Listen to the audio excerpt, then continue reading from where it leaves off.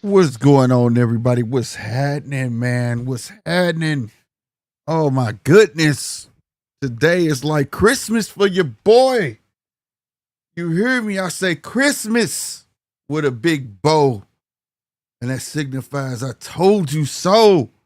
Before we get into this show, man, hey, make sure y'all hit that like button, hit the subscribe button as you walking in. You know what I'm saying?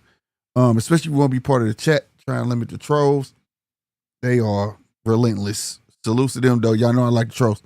But also, man, um, StreamYard's got a lot of stuff going on now. So that's why I got my splash screen up. Nonetheless, and also I ain't gonna lie, I'm getting myself together for this stream. Before we jump to the topic, and y'all see it, and the takeover begins. Turk with the big move, bro. The big move. I heard a lot of downers about this move. And we don't get into it. Of course, there's gonna be some positives, some negatives. You know what I mean? Me personally, I think that it's gonna do a lot more good than bad. But it's one factor in there where I'm like, really? And I saw it coming. Oh, I saw it coming. But I was just hoping it wouldn't take place. I was hoping it was a rumor. And we're gonna talk about that as well, which isn't a rumor now. So it is what it is, like they say. But we're going to make it work and make it do, because I think people jumping the gun and think it's going to be a lot of say. So, Nectar of the Gods, what's happening? I see you, my guy. I see you. Would it be like, all right, let me find this. Where's that article? Looking for, bro. That's not what your boy looking for. Let's get this show rolling. Oh, here we go. Here we go. Boom. I saw a video. Yeah, that's over there. Fatal Fury, we see. Yada, yada.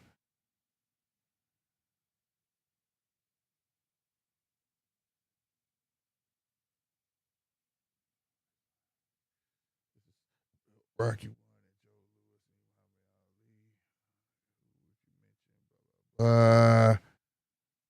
Nonetheless, okay. This is one. Dang, where'd it go, bro? See, that's why it's important to hit that damn bookmark button. But nonetheless, we can get into it. We'll get into the little vid. I'm gonna play this for y'all, man. After I give my spiel, we'll get into all the little videos and stuff. You know what I'm talking about. But nonetheless, if you've been following me, you know what I mean.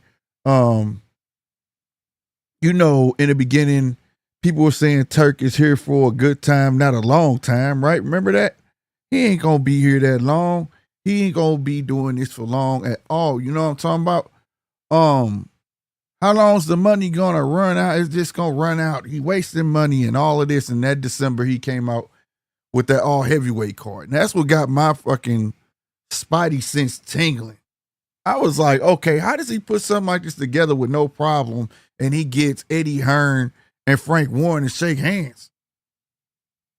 Right? Like they was two schoolgirls that just had a little spat or something, and they needed somebody to sit them down to get them together. And I felt like that was kind of odd. You know? I said, damn, bro. You know what I mean? My boy said that Tank, we gonna get to it. You know what I'm talking about? I was supposed to start with that. I'll continue this. No, I'm not going to talk about the Tank situation no more. It's funny as hell, though. But I'm not going to talk about the Tank situation. I'm just going to give my assessment on it. I'm going to be real with y'all. I don't think they're going to give him the knockdown. I don't. Because you got to think, this is just what I've been thinking about. If that was counted as a knockdown, who knows how that fight would have played out after that. See, that's the if factor. If that's a knockdown, that applies pressure on Tank. How would that fight went? But what I can't see them doing is a disqualification, because they should never came up on an apron. He should never stuck his head out the ring, and you damn sure can't coach your fighter nor touch his face. You can't touch him. So I think it's gonna go to a DQ, bro. a disqualification. That's what I think. That's how I think they handle it. That's just me. All right, we're gonna get back to it. All right. And I know Chappelle wanted to hear this. This is why he said it. Where is it? Is this it? Damn, I should name these hoes, bro. Come on, man. I just got my hair done 2 days ago. Swing the wheeling gone. I just got my hair done 2 days ago. I just got my hair done. She put grease in my shit. I just got my hair done 2 days ago. I just got my hair done. That's for Chappelle. I don't know. I know that's all he wanted to hear, goddamn. That blue magic. But yeah, so when he did that, I'm like, damn, who this dude? Now, it was either right before that card, the all heavyweight card, where Stephanie McMahon of the WWE came out, was like, yeah, we want to get into boxing because TKO had just purchased WWE. This is back when Vince McMahon had that scandal of all that sexual harassment stuff going on. Remember that? She come out, yeah, we think we can help boxers and all of that. Remember that? I can't do her voice no more, man. What a voice.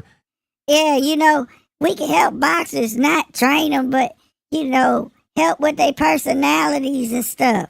Yeah, she was on that type of time, right? Then all of a sudden she disappeared. You ain't see her no more. I was like, oh, okay. Then TKO buys them up. Then they buy UFC. The next thing I'm reading, I'm like, okay, Turk doing his thing, blase, blase. He was working with Skill Challenge. That shit didn't work out, but he got Eddie and everybody on the UK side, working with him. Then he was trying to find a way over here, right, to speed things up. Next thing I know, they like, oh, the sanctioning bodies ain't fucking with him. And he didn't like that because they prevented a fight that he wanted. And then, next thing I know, he got the WBA in his pocket. Then everybody else fall in line. WBC, X, Y, and Z. You get what I'm saying? They all fall in line with him. Right? I'm like, all right, this dude making power moves. But still, the consensus out there in the boxing world is saying, man, he ain't going to be able to do shit over here in America. He ain't going to be able to do nothing. Blah, blah, blah, blah, blah. So he tries the UFC thing on Canelo night and fails miserably with the UFC at this opening night of the Spirit, right? But then we find out that money ain't shit. They didn't even shit it on him like, man, he spent his money on it. That wasn't me. That was on him. Right? So after that goes, I keep doing my research. Then you got him. I forgot what he called his stuff, man, but the WBA left BoxRec. Remember that? And he came out with his own Fight Facts. I said, this dude taking this shit real serious now. Now you about to have your own rankings. This dude made his own stuff called Fight Facts. It's dope too. I ain't gonna lie, the app dope. But then it just went cold. Like, okay, Turkey just throwing cards. Now he just throwing money. Now he just doing this. He trying to get the biggest fights. But then we learned he got Top Rank, Golden Boy, all them to bend the knee. All we was waiting on is PBC. He ain't got PBC yet. But yet and still, people are saying that Turkey signing fighters, he like dealing with fighters direct, right? He can't deal with them direct because he's not what? A promoter. But he can have some influence, right? We saw him with that. He bought into, I believe, the zone for 13% or something like that. And after this long journey, I thought about it. When he was with Skill Challenge, he was trying to, use that as a way to funnel fighters in, but it just didn't work out. So he said, all right, then when he tried to make these fights, pay this money, saying he learned about sanctioning bodies, the guy's learning on the job. That's how I'm seeing it.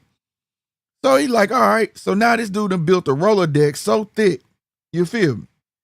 He built a Rolodex so thick to the point he know who to call, when to call, who gonna take what, this, that, and the third. Who wants the manila envelope, so to speak. You get what I'm saying?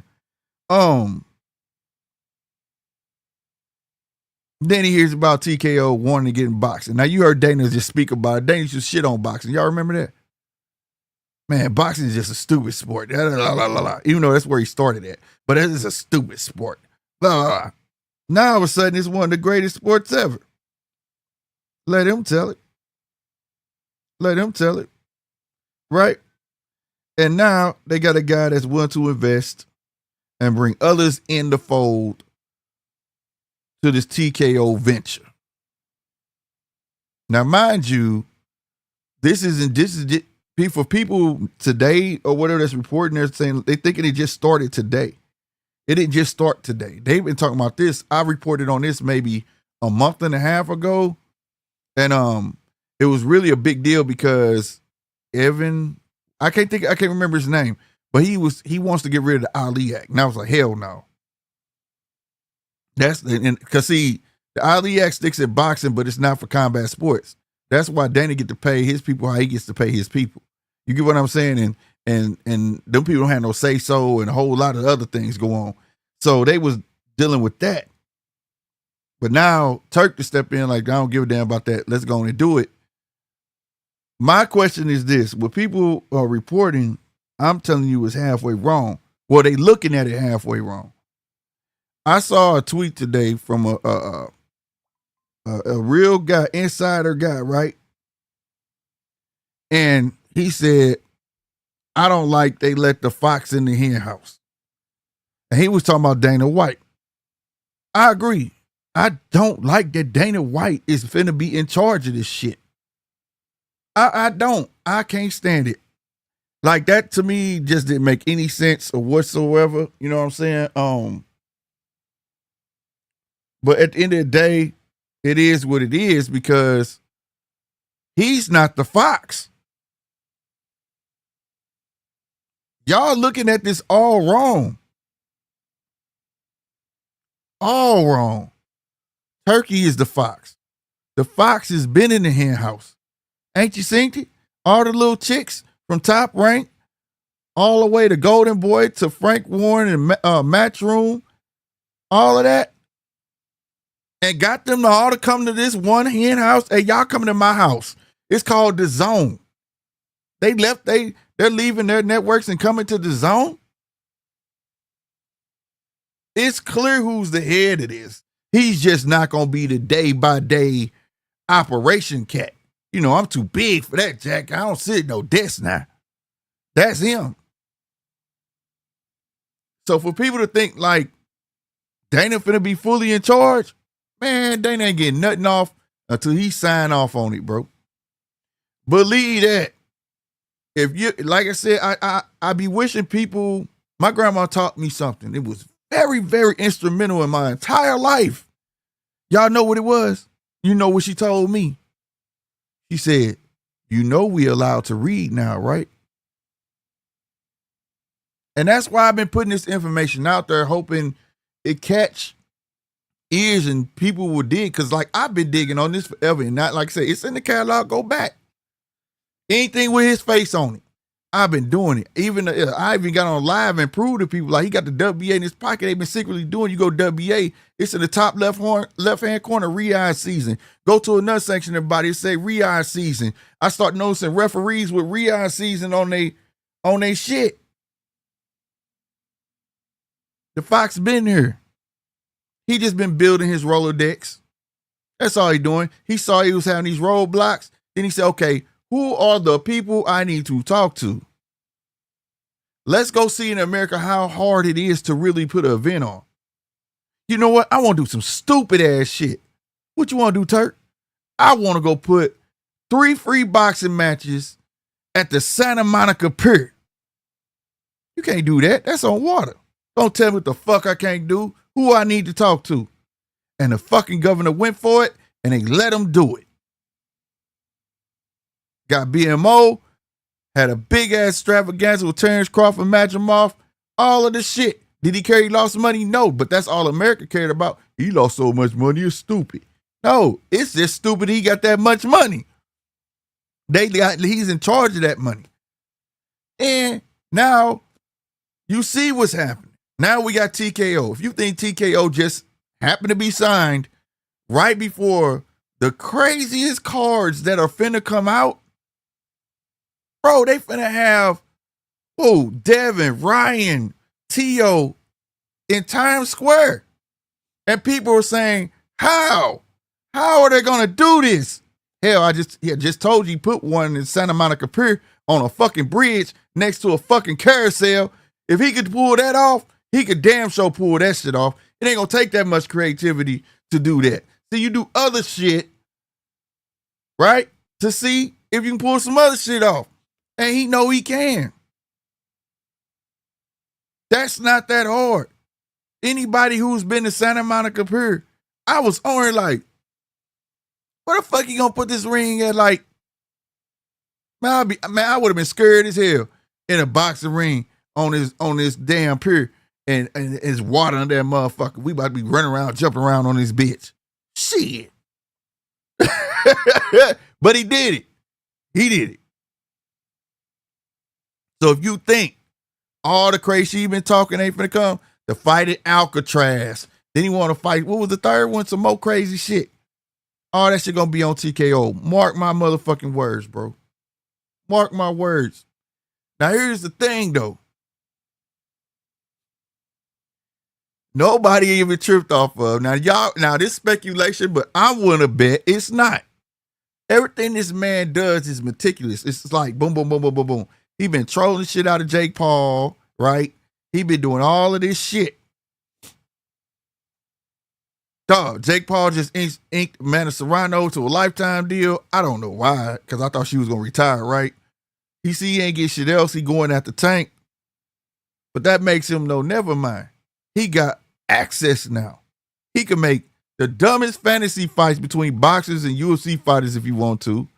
He could bring boxers into WWE when he want to. That's all under TKO banner. Are y'all getting this? He got all this entertainment under one hub, bro. Nevertheless, we know it's WWE, UFC. We don't know the name of the boxing promotion yet. We know it ain't TKO, right? But peep this shit out. When they do drop that name, you would think and say, damn, he got a promotion company. He ain't got nobody. Well, I'm here to tell you. You're full of shit. He got plenty of motherfuckers. And he got two of the biggest. I'll say it again. Two of the biggest. Terrence Crawford and Canelo Alvarez. That's what I call a hell of a kickoff party, ladies and gentlemen.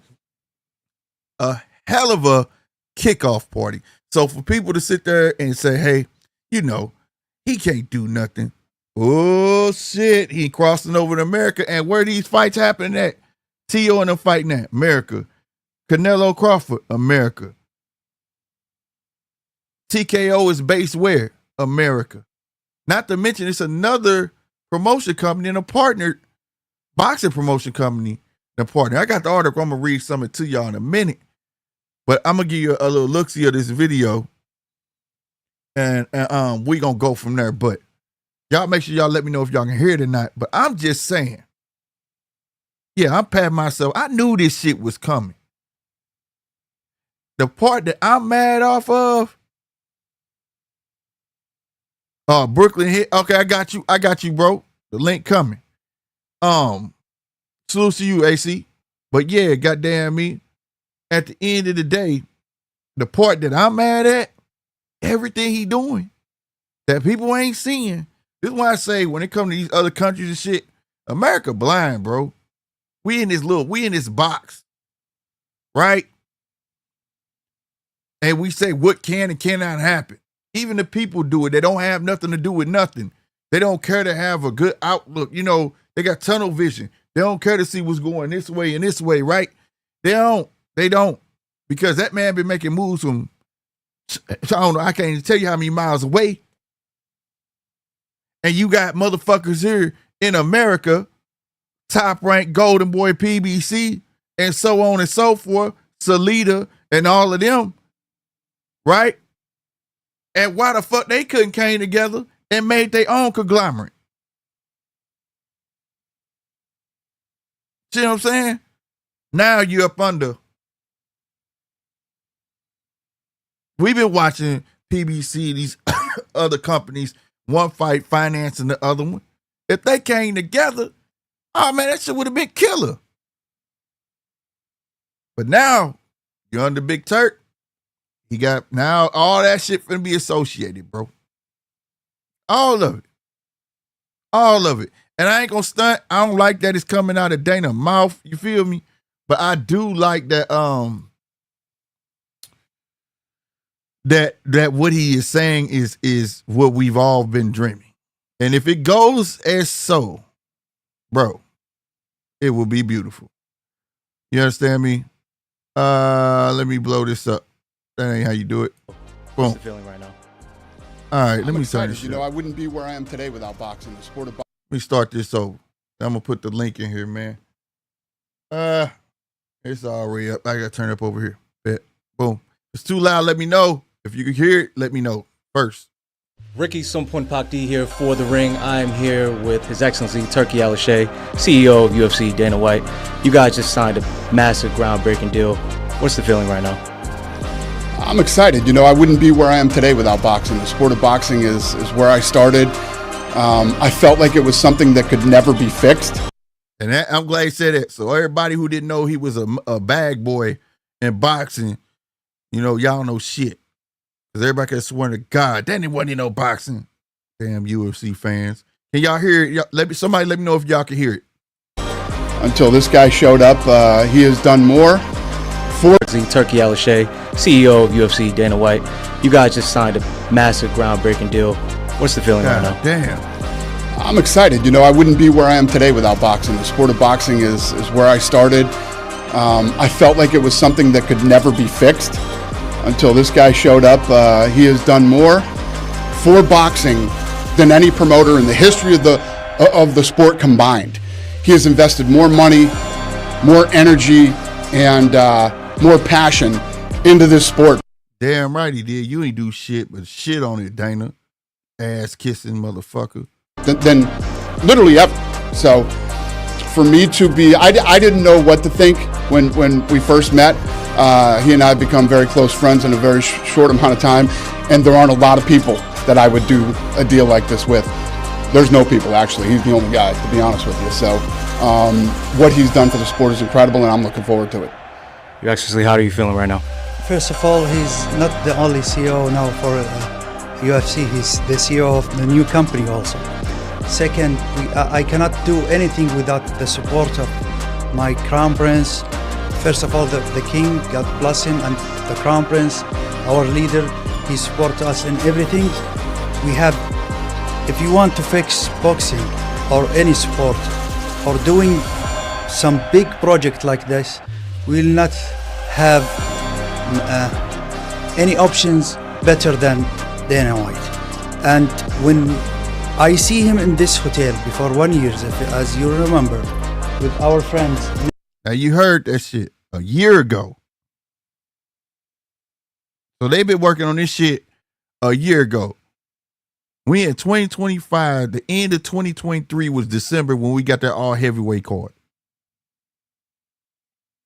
And I reported on hearing them talking to TKO maybe, it could have been 2 months ago or a month ago. Come on, bruh. Nick, and we are talking about this, and we go and back, and we have the same vision, and I trust this league in short time will crush everything. So what should fans expect? You know, there's a lot of speculation on the format, what this might be. What can you give us right now? There's zero speculation on the format. You know the format, and everybody knows the format. The best fight the best. You work your way up the rankings, and once somebody gets to breaks into the top 5, there's no question who the best 5 guys in the world are in each weight class, and they fight it out. And then once somebody holds that belt, you don't need 3 letters in front of the belt. Whoever has that belt is the best in the world. Now you heard that, right? You don't need 3 letters in front of that belt. Meaning, like I've been saying, y'all gotta be paying attention to the moves, bro. When Better Be or Evolve, which one you called, if you saw both of them, goddamn me, he made sure when they took that fucking picture, they had that undisputed belt on. He making that shit official. Nigga, he like, man, y'all, and that belt only came out because he didn't have the sanctioning body's love at the time. Right? He went from a silver one to a gold and red one. And now you hear that shit? You don't need no 3 letters. Shots fired. Salute to E-Dub. You are absolutely right, sir. He ain't playing. He ain't playing. And that's Dana saying that, but really that's coming from Big Turk. You know how that is. That's crazy, bro. World in that weight class. It's a very simple model. I support him with everything. This is his call now. His responsibility to deliver to the people and the fans the best models of boxing.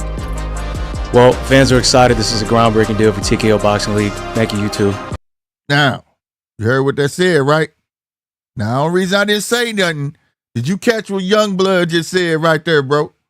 Hold on. I want y'all to hear what Youngblood just said. Now, a minute ago, I said I didn't want to say the name of what. Now, listen. So everybody that want to know what's the name probably going to be, here you go. I'm going to cut up a bit more. Thank you, you two. Best of luck. Thanks. Oh, shit. Boxing League. Thank you, you two. There it is. Hold on. TKO Boxing League. Thank you, you two. This is boxing. Well, fans are excited. This is a groundbreaking deal for TKO Boxing League. This is a groundbreaking deal for TKO Boxing League. Thank you, you two. This is a groundbreaking deal for TKO Boxing League. Thank you, you two. This is a groundbreaking deal for TKO Boxing League. Thank you, you two. Best of luck. Thanks. Yeah, y'all heard it? Everybody don't know, huh? This is why I said it's why we got 2 ears and 1 goddamn mouth. So for those who, he don't even know what he gonna name and shit, he just signing shit.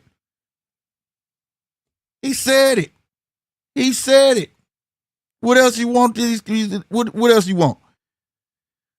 And I'm just being 100% honest, bro.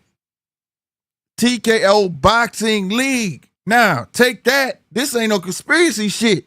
When I brought it to you last time and broke it down to you, when he was talking to TKO, he said he wanted what?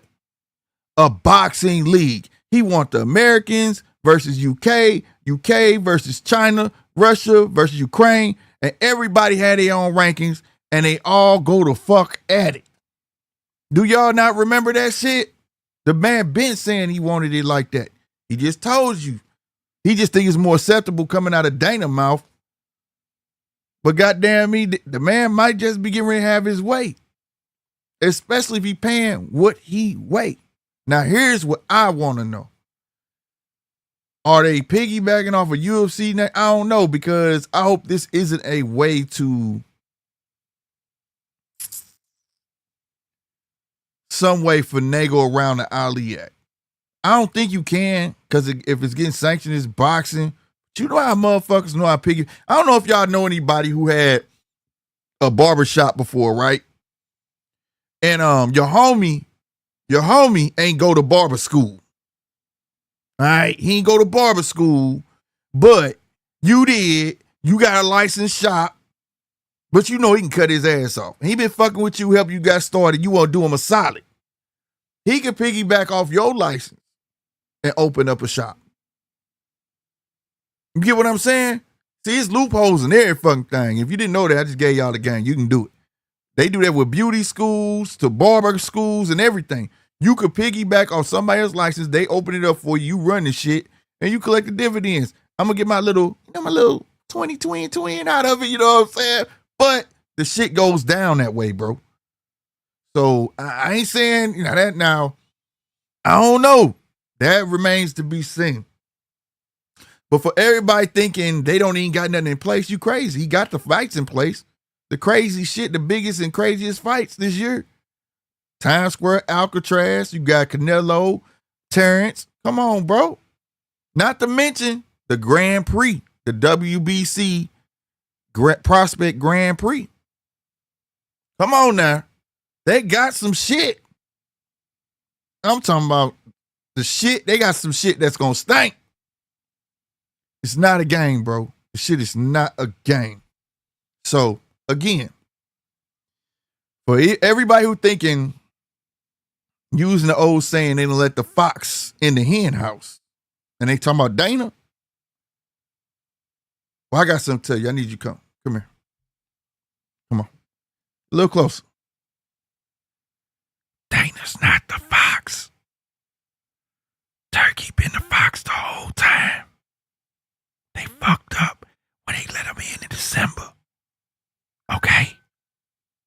Real talk. All you had to do was follow the money. This was the easiest puzzle to fucking follow. So it's DJ. He know I've been following this shit like it ain't nothing, bro. He said, Slick, we gonna need to have a discussion about what in boxing needs fixing. And if this is going to fix some or all. Hey, I'm with it. I'm with it. The link is in there. AC, you still around for anybody, not just them. Anybody at this moment, if you want to get on, you can get on. I will be opening up the phone lines as well. Let me see. They might already be open. I'm tripping. Am I tripping, bro? They might already be open. Yeah, that motherfucker open. All right, yeah. I will put that up there momentarily, but the link is right there. It will be pinned at the top as well of the chat. Salute to everybody on X that's supporting your boy right now. Make sure you hit that retweet. And well, whatever they call it over there, goddamn me. Follow and reshare it, whatever. And help it grow. I hate to say whatever, like I don't give a damn. I really do. It's just I hate when I forget the name or something. Just make sure you share it, man. Everybody share it. We trying to grow over this way for sure. And if you're watching, you ain't subscribed, and you won't get in the chat, all you gotta do is hit the subscribe button, bro. And join the chat. It's free. It costs nothing. You feel me? All right, there we go. For StreamYards, I said, I got a poll up here as well. Take part in that. It's 50-50. I got a 50-50 saying Dana gonna ruin it. I already gave y'all my opinion. I don't think he ruins it because he ain't gonna be getting there and off without Turkey say so. What it do, Brody? What's good, bro? What's good? Man, I'm chopping it up on here about this quote unquote breaking news. Yeah. I'm gonna say it like this, man. For me, the fox that's in a hen house, Mm-hmm. I hear what you're saying, but I'm taking a different approach to it. Okay. Because if you look at it, it was just two major sports entities in the world. Uh-huh. ESPN Uh-huh. and Sky Sports Group. If you watch Sky Sports Group, Queensbury, all the F1, golf, yeah, beach soccer, beach volleyball, all that shit you see that a special broadcast here in the USA, right. You'll see the little Sky Sports thingy in the corner. Oh, I know for a fact. That's why Bob bought into it. Yeah, so you see that. So here's my thing. If we know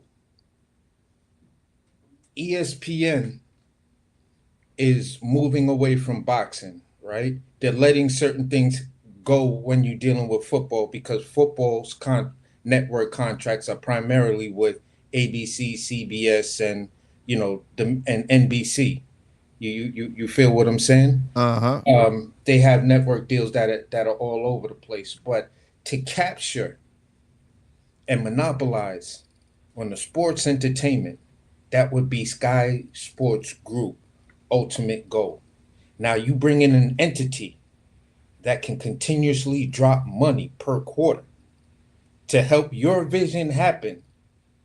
Yeah, you could tell me the Sheik is whatever, but I'm like the execs at fucking Sky Sports Group. Yeah. They hired that fox to go in there and build a hen house so he can get everybody else in the hen house. You feel what I'm saying? Because they already get money off the UFC. They already get money off of football, American football, plus, wrestling and all of that other stuff. So Sky Sports is getting their hands in American money, but ESPN ain't getting their hands in what Sky Sports does. Yeah, that's why. See, that's what I had reported a while back, right? When I had reported that, I said, well, Bertie did tell me this about, like, I want to say at least a year ago, right? That Bob was thinking about leaving, right? Yeah. And he was like, just keep a lookout on it. And I was told not to say nothing at the time, right? I was like, all right, bet. So I kept a lookout on it. Then all of a sudden, maybe a month or two after that, it was reported that Bob bought into Sky Sports. Mm-hmm. And I said, why the fuck would he buy into Sky Sports? if he got ES, you know what I'm saying? It just didn't Yeah. make no sense. But not it make perfect fucking sense. Yeah, when you look at it strictly from the business side of everything, you see different. You see all the wheels moving in one direction, Yeah. and that's Sky Sports creating that monopoly over sports entertainment. Mm-hmm. You feel what I'm saying? Because everything's going to channel through them. Now, the zone is only the catalyst to the middleman to work out the details of how Sky Sports does things and how they'll bring everybody else in. When it comes to the league, I first started hearing about the league, but it didn't have a name, but just a chatter of just her Yeah. trying to come up with a league. If you remember that interview that he did early 2024. Now I know 2024 went by in a flash because there was so much drama within that year, but early 2024, the Sheik has a sit down with a UK dude, and he's telling everybody his plans. He told everybody about his favorite fighter, and he was like, Floyd Mayweather was never one of my favorite fighters, blah, blah, blah, blah, blah. He mentions they're looking to form a league. Yeah. Told everybody that they're looking to form a league, but he said we gotta see how things go. Outside of the league being made, a lot of, I don't know if I could say a lot of channels, but I know I've been on some channels where we talked about, how could boxing be fixed, and we was like, yeah, if they came out with another league and really stuck with, if you're ranked number 10th, you got to fight your way up to number 1. Right. And here's my only problem with Dana White. Dana White, you don't even do that shit with the UFC.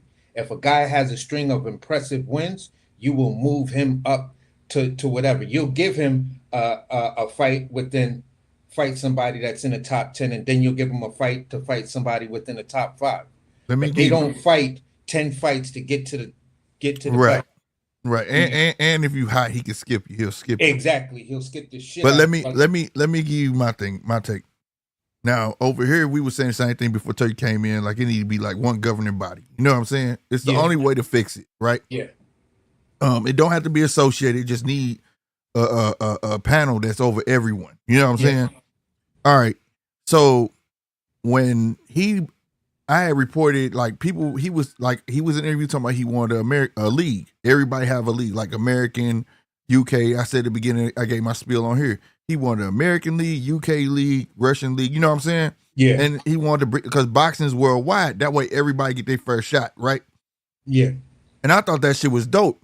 Nobody really was catching on to it. And every time I hear little tidbits, I put that shit on. Like, y'all need to start paying attention to this shit this man's saying, right? And he was saying after all of those leagues, we might have a mega tournament that brings all of these top fighters together. Right. And if you now peep this, if everything he's doing, like say, is a strategic move.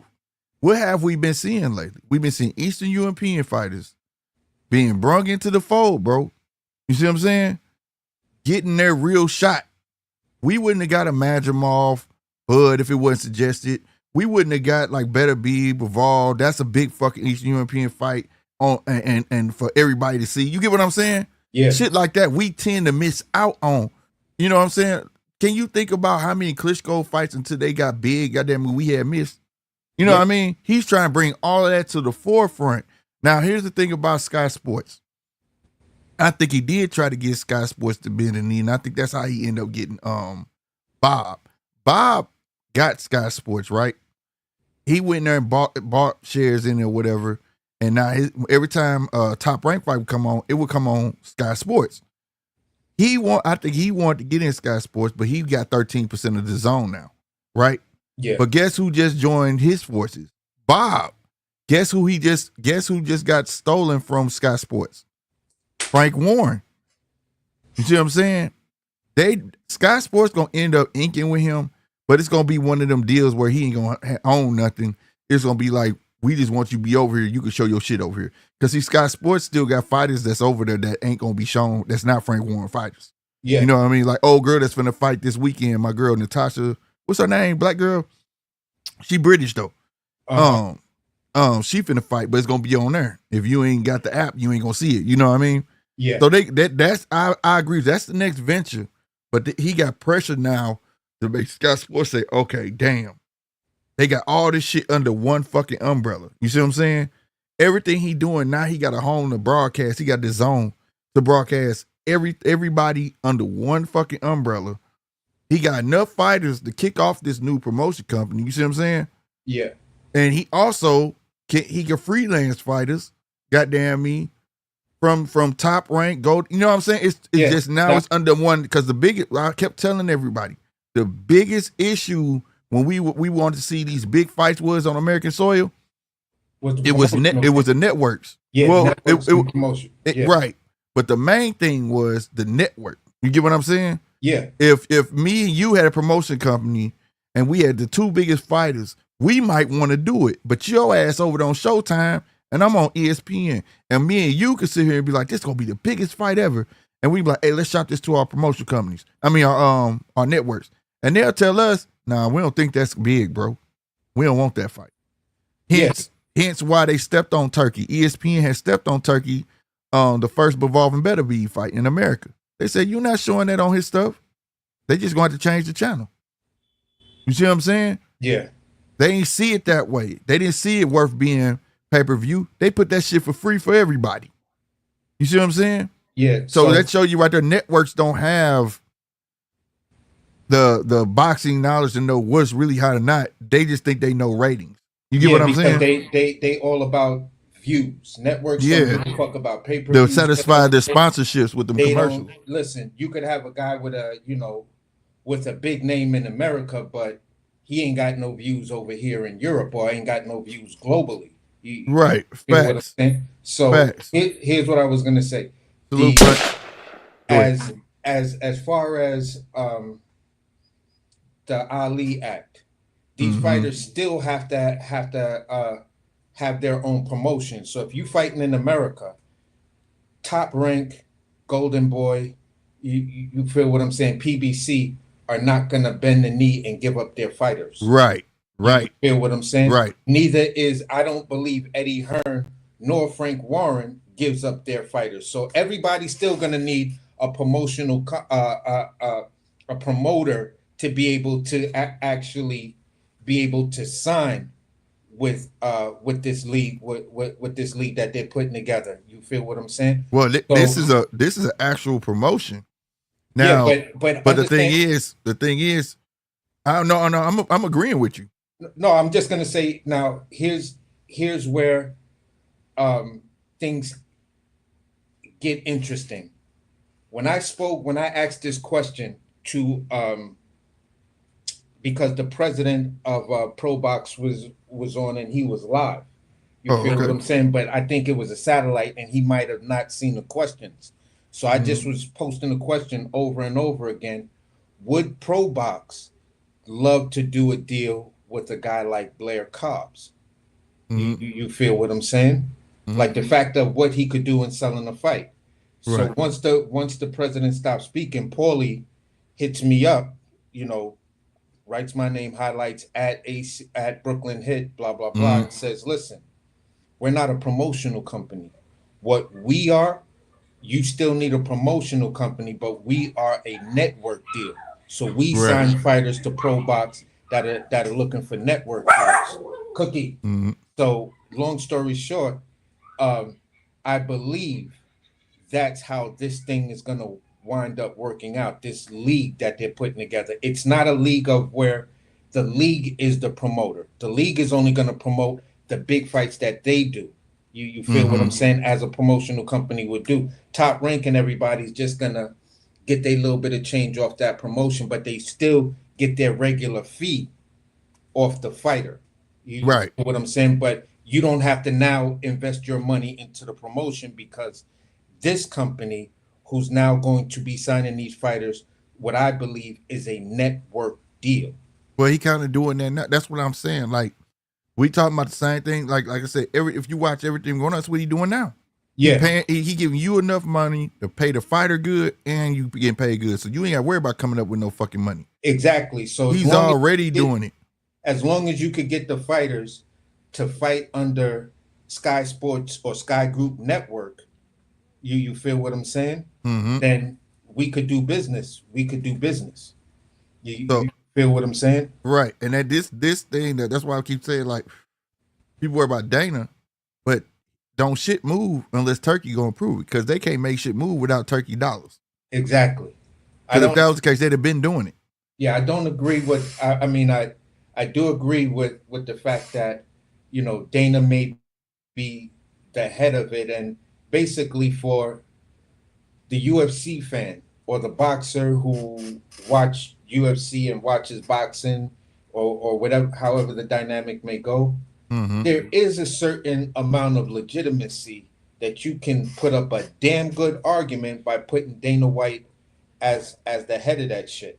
You feel what I'm saying? Based on what if you just look at his history of what he did with the UFC. Yeah, how you built it. And then how he partnered with Zuffa Entertainment, and then that shit just blew the fuck up. Yeah, You feel what I'm saying? Those two, I forgot the brothers, the two brothers. It started with Fatelli, something like that. Yeah, They're in the yeah, Hall of yeah. Fame. Yeah, so basically, you partnered with them. Zuffa was a small company. Then they made some other deals and shit like that. And now, what you did and them is incredible as far as bringing a whole new combat sport into the joint that's viable. So a person can't take that away from Dana White. And at the same time, it's like, do I like everything Dana White does and says? Hell no. I think the dude's a major asshole.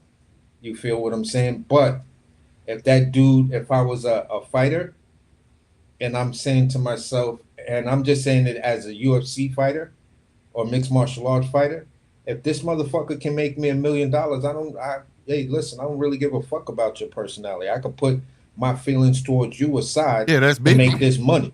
That's business. Right. That's business. That's just business. I made an analogy to that. We were talking about that not too long ago. I said, if you ever sold dope and your plug ran out, but you always had this guy you just didn't want to fuck with, but what was you gonna do? You gonna go re-up or you gonna fucking sit there and die off? You know what I'm saying? You gonna go do business motherfucker you don't like. That's business. I don't gotta like you. You know what I'm saying? Shit, you gotta put your feelings to the side. And I agree with that. He gonna be the stern cat, this and the third or whatnot. But I want to read this little piece of this article, and like I be telling everybody, like the American side of shit, they gonna give you half the shit. You gotta go to their newspaper. This is where I'm reading this from the Saudi Gazette. Okay, Middle Eastern. You can get just a tidbit. It's gonna be in Arabic, but your phone to translate it, bro. They got a button there. Put it on English for you. All right. This is the last paragraph of the article. Said the new boxing promotion will feature a structured system to develop boxing talent worldwide, including athlete combines and academics. All fighters will have access to the UFC Performance Institute. This part is very important, y'all. The world's leading combat sports training rehabilitation center with locations in Las Vegas, Mexico City, and Shanghai, which is Mexico City and Shanghai. Japan, over there, he been wanting to do some of them markets anyways. Yeah. The promotion will also leverage TKO's expertise in media, production, and promotion to deliver high-quality in-arena experiences and global broadcasts. Now, that last part, that's what started it for me. Because I remember when they acquired WWE, and Stephanie McMahon was on a podium, and she was like, and we want to get into boxing, and maybe we can help them out with their personalities and help them be likable and help promote them better. And like I said, after that, you didn't see it no more. You know what I'm saying? Yeah. And I was like, what the fuck they want to do with boxing for? You know what I'm saying? But and this is exactly saying basically what you said. The promotion will be leveraged by TKO's expertise in media, production, and promotion to deliver high quality in-arena experiences and global broadcasts. Yeah, and it's just crazy because boxing definitely needs that aspect when you have, talents like I'm gonna say Abdullah Mason, Jahai Tucker, Terrence Crawford. I'm just gonna bring those three names in, and maybe a Charles Conwell. Because when you put a camera in these guys' face, there's this little awkward thing, and they have to be comfortable talking in front of the camera. You have to be a natural. Edgar Berlanga was a natural the first time the cameras was really put on it in his face. Right. Big show. You feel what I'm saying? Teofimo Lopez, I give him credit. He knows how to play to the camera. Same thing with Ryan Garcia.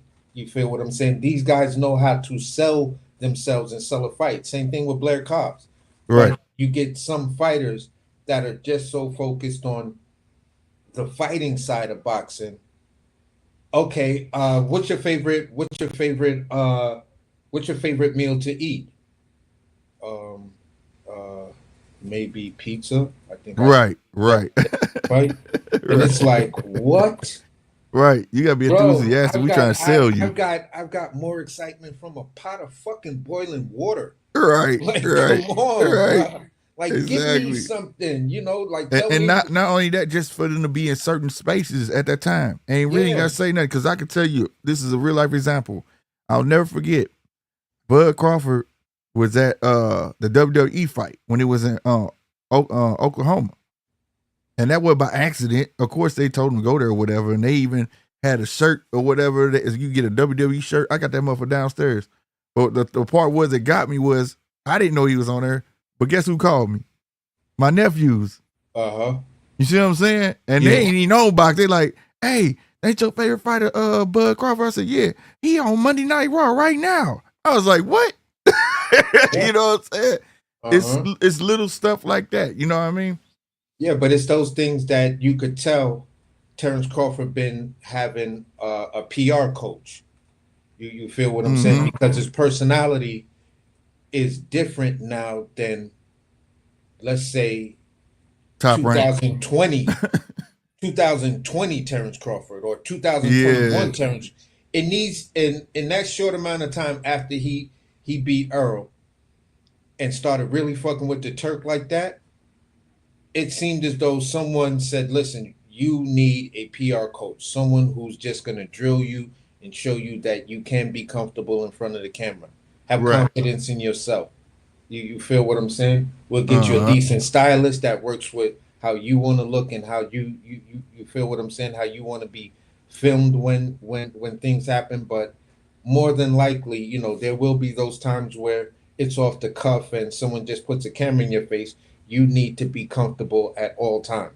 And I think he's going through a coach like that. So I like that. I like that transition. I just think a lot of other younger fighters and other people just need that same work so they could build themselves up. Just like I say, my biggest criticism of when the question is asked, why hasn't Shakur really made that step as far as a personality?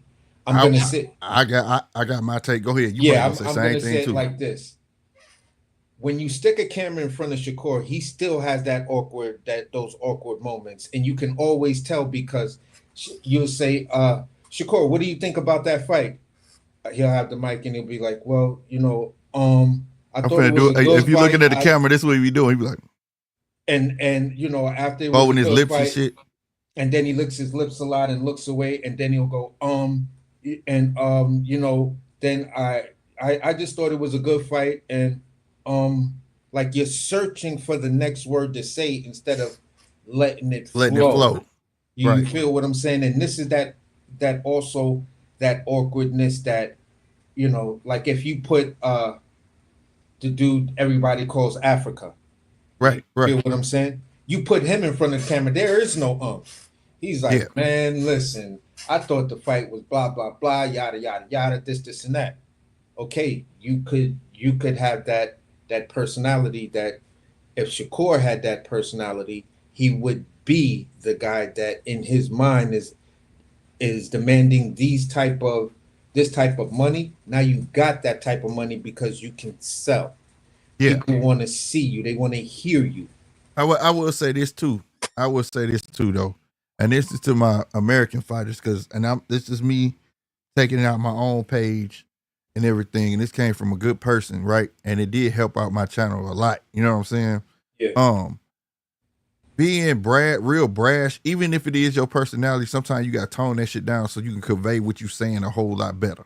Yeah. You know what I mean? You just can't keep getting on camera and keep constantly saying, I don't give a fuck what y'all talking about. I know I'm a bad motherfucker. Yeah. That ain't saying you said a little bit, but or a certain few like me, I get what you're saying, but the consensus don't. You get what I'm saying? Yeah. Everybody feel like they're a bad motherfucker, but what are you saying? You know what I mean? So like, I feel like that plays a part too. When I don't know if you watched the press conference for Devin and Ryan and all of them, right?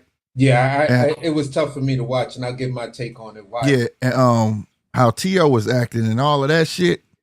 Yeah, bro, like you was tripping. I was like, shit, you made me feel like, oh, you should get your ass. You know what I'm saying? Yeah. Like I thought he's gonna come out on some slick talking shit, but he was just tripping, like for real. Like, what did you own? And it just became one big fucking commotion out of no fucking where. Yeah. And then the guy couldn't even get control of it. Then he was about to get into it. Like, hold on. You know what I'm saying?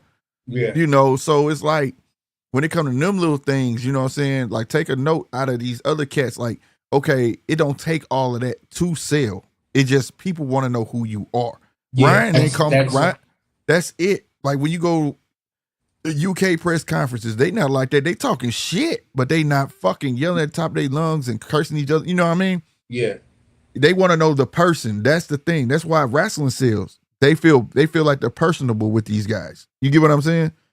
Mm-hmm. You know they ins and outs. These niggas talk about their food. Like you said, what's your favorite food? Oh man, shit. Especially if you got a brand deal. Man, I eat Tostinos, pizza rolls. You know what I'm saying? That's my favorite thing That's to eat. how you get those endorsements. They don't know how to talk about a product to get that product to give you that endorsement. Right. So it's like when I'm not fighting, man, listen, my favorite what's good? My favorite drink is Mountain Dew, and I do pizza rolls. This company pizza rolls, not the other shit. This one is the best to me. Them niggas will be like, word, a world champion on a major stage, on a major card, with how many views just shouted us out? Yeah. We gotta get him in a commercial. Now I wanted to bring this up. Like when we grew up with a clear saying. Everybody understood it, everybody heard it. It's not what you say, it's how you say it. Exactly. And it's also not where you from, it's where you're at. Exactly. Like, damn, so read the room. If you can remember those two things, mm-hmm. You'll always be in a position of when you speak and when you do whatever, people may disagree with you, but they still feel you likable. Facts. You feel what I'm saying? So, you know, when I look at how these guys are moving and then saying, oh, you know, I need this because boxing is yada, yada, yada. Bro, sell yourself. Sell the things you like because companies will endorse you. They do that shit with YouTubers. And you feel what I'm saying? Why the fuck wouldn't they do it with you? And it's simple shit like this. I'm going to show it real quick on the screen. Little simple shit like this. That's Ryan in the middle. Took his ass outside, walk amongst the people. You see what I'm saying? Yeah. Now to the youngsters, like, shit, Ryan ain't scared of nobody. Ryan a real motherfucker. He come out and fuck with us. You get what I'm saying? Yeah. And now he didn't gain a shitload of fan. Probably didn't even like him after he said all that shit. But guess what? He a real motherfucker. He out there. He out there in the streets. He fuck with us. You get what I mean? It's little things, bro. It's the little small things. It's not always about being the biggest, baddest motherfucker. I can't help but preach enough. You never could ever find a clip where I've never heard Mayweather say, I'm gonna knock your ass out. No, I can't find that clip. He ain't never sold a dream. You see what I'm saying? Yeah. You know, you usually gonna like him or hate him, but that was just his personality though. That wouldn't now it probably was accelerated. You get what I'm saying? Yeah. But that's his personality. It's nothing wrong with working your personality and being yourself. Like I agree with you.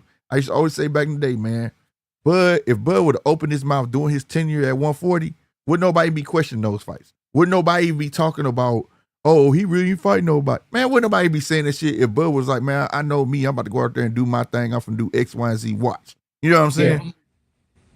Yeah, go ahead. But you didn't get that from him though. Nah, most awkward nigga you put a camera in front of, and it was just like, damn, bro. You know what I mean? You got all of that talent, and I'm scared for you because I think you're gonna be one of these unappreciated fighters that don't nobody give a fuck because you ain't never made that splash as far as becoming a household name like that. Mm-hmm. You know, you're gonna keep yourself in a small percentage of boxing purists. Right. And then to think like at the end of the day, you know, you move a certain way and this and that, and you feel like you don't have to move. You know that what how motherfuckers don't understand like keeping it real go wrong. Like, man, I gotta be me 100%. But sometimes you gotta move a certain way. You trying to read another stratosphere. The advice was given to me with a cat hit me up and was like, bro, I like your show. I really, really do, bro. We rock with it. But can you tone down the cursing? You know what I'm saying? Like, Yeah. And I'm a motherfucking person. You know what I'm saying? Yeah. And but when I did it, he was, I'm telling you, you just slow down. You can curse, but you curse like every other word. You know what I mean? Yeah. And I was just being me. You know what I mean? But I took his advice. Bullcrap, you not. This shit worked. You know what I'm saying? Yeah. Because you got to understand, this is not. I had to understand, this is not about me. This is 100% about my viewers. You know what I'm saying? Yeah. And what I'm trying to get out there. You know what I mean? If I'm trying to build a following or whatever it may be, you know, or whatnot. And that's not being fake. That's just a good business move. You get what I'm saying? So they don't understand that whatnot. Just like the people was hitting me. You see, Bill. They told Bill ass not to come. I was like, y'all don't know what the hell y'all talking about. Bill was there. Yeah, Bill was there. I'm like, He was just he probably was just advised let Devin do the talking, and which should have been. And the proof is in the pudding right here on the screen. Who the fuck is this right here? That's Bill, right next to his son, bro. Yep. It's just time. Turk probably talked to him somebody, but that's a business move. Hey man, he grown. You know what I mean? He grown. Yeah. Nonetheless, guess who on the picture together? That both hate each other. Yep. This is money. This is business. I don't gotta like you, bro. I don't gotta hug you. I don't gotta do none of that shit. You know what I'm saying? Like, I just did, like, for me, I've been on YouTube for a while. I've had arguments with dudes on YouTube and stuff like that. And I do speak differently than when I'm at work as an executive chef. You feel what I'm saying? Right. When we in the prep kitchen, I'm me. When we upstairs in front of all the diners, because it's an open kitchen, I'm a different dude. I may be a little bit more quiet, a little bit more reserved. When I did this interview with this company called COL Live, you feel what I'm saying? I knew because they're the biggest people in they're the biggest media in the kosher space. I knew that I wanted to. I knew I had to speak differently. Right. You feel what I'm saying? I still was me. I still said the same thing that me would have said, but you know, I put it in a more articulate way that would have made for good reading. Right. You feel what I'm saying? So yeah. My dad always said it, man. My dad used to tell me all the damn time. He said, man, y'all be out there fucking wolfing, man. That's why I come out there and Joan on y'all ass. He was like, y'all ain't no fucking tough guys. Tough guys don't say much. Yeah. Real bad. We about 11 years old. Yeah. Hey, tough guys don't do all that shit y'all doing, man. Yeah. So at the end of the day, bro, it was just more or less understanding that if I want to get to this next level and I want to be that guy that, you know, I want to be the guy in that space, I got to speak in terms of letting you know my experience, letting you know my passion, and also being able to convey it without, you know, people coming across and saying, oh, I thought he was thuggish. You may see me dressed that way. Yeah. But that's your fault. When you hear me speak, that's something different. Mm-hmm. You feel what I'm saying? Yeah. Or even just being in a different setting, you might see me in some other shit. You know what I'm saying? Like, don't just assume, bro. Yeah, bro. Exactly. I get that a lot. So at the end of the day, bro, this is the thing that some of these younger fighters need to really understand. In order to sell yourself, you know, although they say controversy sells, controversy still has its own market, just like honesty, being genuine, and humility have their places. So if you can combine all of them together, you'll be that household name you always wanted to be. You just got to be able to read the room. Facts. Now this is something right here I wanted everybody to see too on the screen. Look at it. This dude be making belts for everything. Yeah. Yeah, in the middle. They gonna win that. You know what I mean? And this is all outside. This is good PR, fam. Like, and they wonder, you know what I mean? Now, I wanted to also when I watched that presser, the only thing that was annoying to me in that whole entire presser was the fact that it felt as though everyone signed a contract not to bring up the Austrian, Ryan Garcia being a cheater. Because what? No, he did. It came up. You didn't hear it? No, that Ryan just didn't say nothing back to it. Devin brought that shit up. Oh, okay. So yeah, but Devin did because it was like old boy, I forget his name. He used to he had the dude who was at the mic asking the question. I forgot his name. He a writer though, but yeah, that's probably when I went to the bathroom and I was like, damn, I didn't pause. Yeah, they was like, why didn't you decide to come back or whatever? He was like, well, I just had a baby, and I want to take some time off and he admitted, he said, to get myself together. You know what I'm saying? And he was like, he was like, because it ain't like I lost like that. He was like, I did fight somebody that was on PEDs. Okay. And he was like, so the fight went the way it went, and now, I gotta do this to get back to him. He All right, did. so I guess they said the only person that can actually answer it one time to it would be Devin Haney, the person who Ryan looked at him like but Ryan didn't say nothing though. Like, but you didn't see like between the announcers and the host and everything, it just felt like me like y'all know what's up and y'all talking about Devin Haney, losing a fight, but then it being overturned, and you don't want to go into the reasons or explain to people why it was overturned, just in case someone just, there was an alien ship and they just landed on the planet Earth. And they don't want to bring all that back up because then people gonna want answers of why did you change your mind, and it would have went back to that shit. You know what I'm saying? Yeah, but I was just like, bruh. So I agree with you. Like, come on, man, you gotta like. You guys got to keep some level of consistency because PEDs could kill a motherfucker, and you feel what I'm saying. Y'all don't want to bring it up, and it started some people coming up, and they was like, yeah, but Ryan only 1,000th of it. I was like, that was Ryan Lawyer who said that. New York State Athletic Commission, VADA. No one tells you what percentage of what thing is in there. We didn't hear it with Dillian White. We did not hear it with Canelo. We did not hear it with Baumgartner. We didn't hear it with Miller. So that was his lawyer tainting the argument, and he did a very good job at it because a lot of you niggas ran with it. But at the end of the day, that's not what they do. They tell you it's either pass or fail. Yeah, well, New York gave the ammo not for that, but when they came out and said they didn't suspend him for it, they suspended him because he didn't disclose what he was taking. Yeah, and that's where everybody was like, oh, like, and it just went. Here's the thing. Those of us that are from New York, like myself, you feel what I'm saying? New York Athletic Boxing Commission they'll take these briberies. They've been under investigation in the past for dealing in briberies and shit like that, and they tainted their name for a little bit. And this is why boxing left New York for many, many years.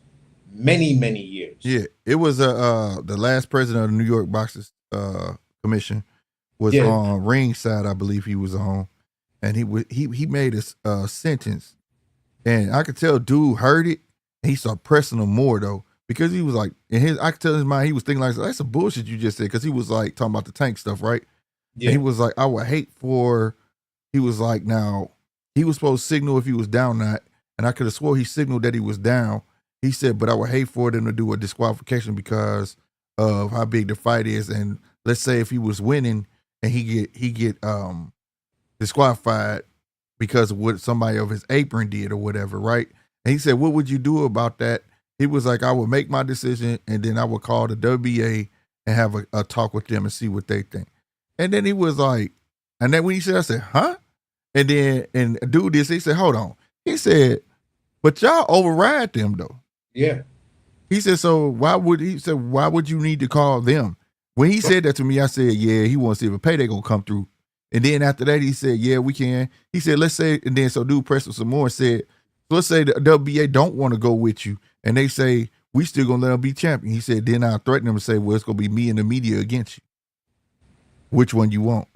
So that right there, That's he just told, right. You just said, listen, either, you know, yeah, listen, whatever. Fuck you, pay me. Yeah, you just told the whole scheme, bro. Like this, how this shit go, bro. It shouldn't be none of that shit. It should just be this is what it is, and this is what it's gonna be, bro. You know what I'm saying? Because when you look at it, here's the tale of the tape. For those people who don't know, New York State Athletic Commission is basically the main athletic commission that if you pop dirty, they gonna be the ones that's gonna hand out the strictest, you know, punishment, and then the other sanctioning bodies, if it works within the scope of everything, then they'll rock with New York's decision because all of them pretty much come together. Right, it's gonna be banned across the whole United States. So here's the thing: when you look at Ryan Garcia's punishment versus Povetkin's punishment, who was fucking retired. How did you suspend a fighter who was retired for 4 years? They took a shitload of his fights away too, bro. Yeah, for 4 fucking years. Yeah. You feel what I'm saying? This nigga's not even from the US, so you could shit on him. That's how many fights they took away. They took like what, 10 fights away from him? They took a shitload of fights from him, bro. Yeah, they fucked this dude. They completely fucked him over. Ryan Garcia, what did you get? A 1-year suspension and a $1.5 million fine? Fine. Yep. That's it. Okay, so what did De La Hoya and or whoever, how much did they shell out to that individual? I'm not talking about the New York State, to the individual who said, listen, you got to pay me X amount of money if you want this decision to go away because I'm the nigga who makes the final decision. The final say so, right. And there's dude somebody in that position that got walked away with a couple of $1 million. Easy. Facts. And dude said, I forget his name, man, the former president. He was like, shit. He was like, how fast will it take you to make a decision? He said, I could make a decision that day, but if I want to wait to take a week to let you know, that's what I'm gonna do. Yeah, I heard. I saw that. I was like, yo. I was like, are you serious? Gangster. Right. I was like, are you serious, bro? Like, what the fuck? You not hear yourself talking right now. Like, yeah, he was just telling the game, bro. Like, you just letting it be out. For real. Bro, that shit was wild as hell, bro. I was like, damn. But yeah, so that told me right there, I was like, yeah, bro. He waiting to see what that manila envelope gonna have in it. Yep. That's what they waiting on. Side, whoever, listen, if you on Tank's side, and better come with it. Bread, you got that bread, and you want that man not to. You're right. You better come with it. They at that draw, holla at me. If you on Lamont Roadside, listen, I'm gonna give you the opportunity. If you could pay like you weigh, bro, and match whatever money Tank got. Hey, right, you hear me? We might consider your argument and overturn it. And that's the thing. We'll consider. Yeah. And the promoter of that thing, if you don't want this promotional thing to get tainted and all of that, for your next one and everything, holla at me. And same thing for the sanctioning body too. They got this fighter on their sanctioning body. Yeah. So I see millions. I see how many people did I contact? 5? I should see at least $5 million. For real, right? Right. Facts, bro. Facts. Like that nigga saw Tank take that knee and said cha-ching. Oh, yep. I'm about to get paid. We got him. We got him. Yeah, I'm about as we said, we got him. Motherfucker. I'm about to hit the blink right now. Did he make 20 million? You got it. You got it. He goes, you got it. I should see a minimum of 5 out of all 5 people I contacted. I should see a minimum. Right. 5. Facts. What's up, Regal? Anything less than that, I don't know what decision I'm gonna get, and I don't know when I'm gonna give that decision. Right. Hey, y'all, the phone line is open. That's the number on the screen, 1909-273-1522. B said, will the Fundor fight be pay-per-view on Amazon? I think it is, though. I think it is. I ain't gonna lie. If so, how will the PBC be able to showcase the next generation of boxers like they had with Showbox. Hey, bro, that ain't they thing. They name is they name. Premier Boxing Champions. They want motherfuckers who's already ready. They not in the game of that. They done showed that. It's been a year. They ain't had no showcase fights. Yeah. They was supposed to have that one, which was McCumbee and Caleb Plant. That was supposed to be his own card, and it was supposed to be free. And they end up mashing that with some other shit. You get what I'm saying? Yeah, PBC is in a position, bro. I'm gonna say it like this. Whenever PBC throws on a card and we watch the undercard, you know, the younger fighters, if you making a noise, then you're gonna see them cut on continuous undercards of fights that PBC may do. Right. But as far as having something dedicated for these young dudes, they're gonna be like, listen, if you don't show up and show out and make us look good, we ain't calling you back. Go find another promotional company. We're gonna give you your check and then we're gonna tell you goodbye. And then you got Turkey trying to steal all the new upcoming talent. He said, fuck the Olympics. He got that damn Grand Prix finna start in April. Yeah. He got the Grand Prix starting in April, bro, in 3 different weight divisions, I think. Man, he not playing.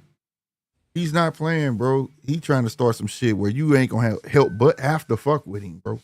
Yeah. I mean, this is how having a Grand Prix, tournaments, Hold on real quick. The own boxing league are the 3 keys that me and my people's always been talking about. Salute.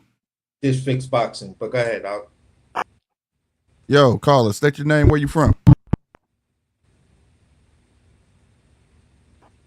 Hello? Yeah, we can't hear you. Hey, you gonna have to hang up, call back. You sound like the Matrix right now.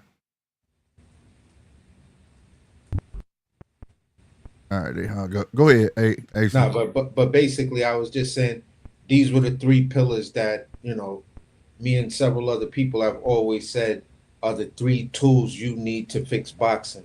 Because if you constantly have the tournaments and stuff like that, younger fighters will get their exposure. And as long as it's on a streaming platform, if you have a subscription already, people will tune in. So these streaming platforms need to understand the lower fights in boxing are going to make you more consistent money than only trying to fuck with the big fights. Mm-hmm. You feel what I'm saying? Because some of these younger names, and I'm a bring up a kid that's had 4 or 5 fights so far. He's got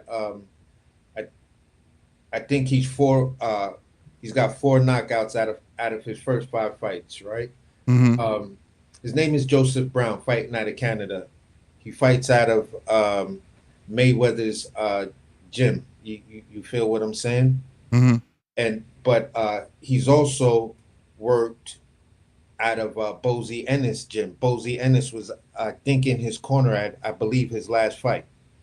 You feel what I'm saying? Uh-huh. So the kid Joseph Brown is from Canada, right? If people can follow his career, and he's just like one of a few younger fighters that I'm talking about, and we could see you by the time you get to just the amount of fights Keyshawn and Abdullah Mason got, you feel what I'm saying? You could already be a household name. Right. Now you don't have to put that real heavy effort and then have the PR coach have to really spend a lot of time working with you. They could go for the more drastic cases and bring them up and just give you tips up here and there whenever, you know, you have a big interview coming up. You right. Feel what I'm saying? So, you know, that I just think that, you know, if Amazon's gonna stay with it, and I know Netflix made their comment, but I would hope that they rethink it, because I think it's a platform that would be necessary just to have all these young fighters fight on streaming joints so they could develop their crowd and see the numbers. Mm-hmm. So you got a steady 1.2 people, you know, tuning in to watch your fight. Bro, that's 1.2 million people watching your fight. Right. You feel what I'm saying? Right. So, you know, it's like that shit matters. that shit matters because All of it matters. as you grow, these fans of yours, the 1.2 watching you fight, are just maybe a small fraction or half of your total followers on social media. Mm-hmm. And I said, let me say this though. That's something that I can say that Dana may be able to bring value into boxing with, is to take the stigma out of that. Oh, Yeah. just because you lose don't mean you garbage. Because that's one thing he certainly got down pat in fucking UFC. Oh, he don't scream on these fighters that think that are old matter.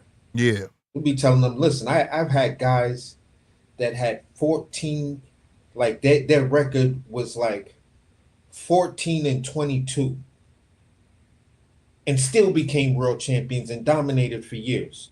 Right. Yeah, he gonna be. I think he could. I'll be glad he take that stigma out of boxing, because that shit really is hurting boxing, bro. Yeah, look at a motherfucker like Chris Lieben. Mm-hmm. What was he like? 17 and like 32 or something like that. Right. But people still wanted to see Chris Lieben because if he cracked you, you going to sleep. You going to sleep. You get hit by Chris Lieben.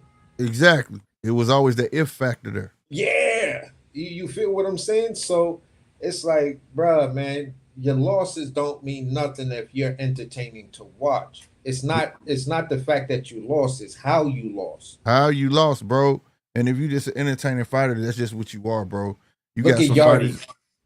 Right. Look at Anthony Yardy is always the person I bring up. Mm-hmm. That boy, every time he got a chance at a belt, he had that split second where it looked like he gonna get that belt, and then he gets stopped. Fucking stop that gas tank kick in on his ass. Yeah, but I muscle. tell you what though, if I knew an Anthony Yardy fight was coming on the streaming network, I'm telling you, I'm tuning in. I am too. He got one coming up, and he got one coming up. Yep, sitting at the edge of my seat, like, oh man, come on, Yardy. You gotta win this one, bro. I want you to get back in that winning lane, man. Man, Punch said the boy is overrated. Man, I think he should stay with who was this trainer, bro? I can never remember that name. Yeah. Because I don't think he trained him no more, do he? Yeah, Tunde was working with. I seen Tunde working with Devin, and I seen him working with another black fighter, a black American fight. I can't. Yeah, because Yard just had a fight, but it wasn't broadcast, I don't think, though. It was on somebody else shit. Yeah. But he was at the last Turkey event. He said he got a fight coming up for sure. Yeah, Yardy wanted to fight. He was supposed to. He been trying to make a fight with him and Buatsi for a minute. Yeah, he was supposed to be next. Yeah. And then well, he was supposed to be before Colin Smith, actually. Yeah, definitely. That was the fight they was trying to make, but then Frank Warren, he fell out with Frank Warren, and that fight fell apart. Yeah, I saw the interview. He said that they still cool, but the business just run right. He wanted a number that was different than Frank was willing to give him. Yeah, because or whatever. I mean, he may be losing fandom in the UK, but Frank, you got to understand, Americans love a guy like Anthony Yardy. Yeah, hell yeah. You feel what I'm saying? We get back once we behind a guy like Anthony Yardy, that it'll stay there. It'll stay there because we know he gonna give his all when he get in that motherfucker. Exactly. Win, lose, or draw. You ask us this: what if Adrian Broner was fighting tomorrow? You gonna get these? Oh man, I ain't finna watch no Adrian Broner. Yeah, right, right. Oh man. You feel what I'm saying? Sounding like that. Sounding like an 8-month-old smacking on the chicken bone because they're teasing. It's like, bro, stop it. Yeah, for real. That fight, you gonna sneak, man. Sneak. And be like, kid, I'm about to watch that Broner fight, man. Man, I went through all of that shit, bro, when he fought Blair Kyles. Next day I went to work, boy, everybody told me, man, did his two really get knocked out? I thought you weren't going to watch it, bro. Yeah. I thought the shit was bootleg. I thought you wasn't going to watch Broner versus Blair Cobb. Like, I watch that fight. That's Blair Cobb. Who? And Adrian Broner washed up, and who the hell is Blair Cobb? Like, exactly, bro. I was dying. Everybody in mama watched that motherfucker. Exactly. It was like, y'all dudes need to stop that, man. Facts.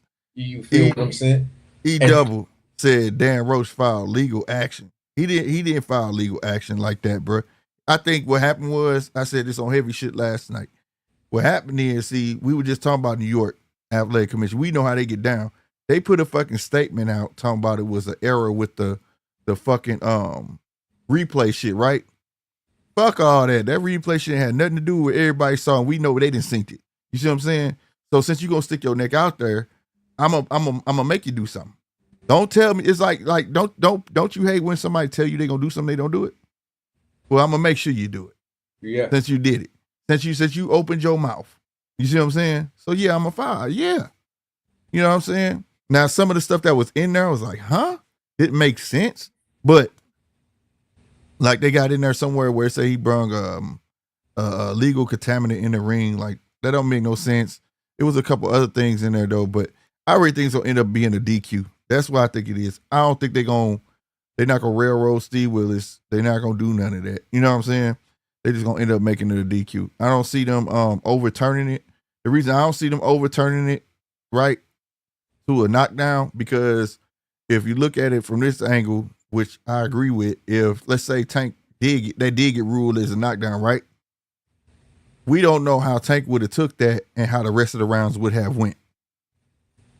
That's the big, it leaves like this big if to play with. You know what I'm saying? Yeah. But to turn it to a DQ based on their rules and boxing rules, that your people can't come in the apron. You can't stick your head outside the fucking ropes. You can't even turn your back. You walked away from the ref, bro. We've seen other matches where a motherfucker walked clean away and they waved it off. That means you telling the ref you don't want no more. Yeah. I want to piggyback off of this. A person had asked me, when have you ever seen a fighter get hit and just walk to their corner and they corner hop on the apron? When have you ever seen that in boxing? I had an answer. I said, did you see when Sugar Ray Leonard got thumbed in his eye?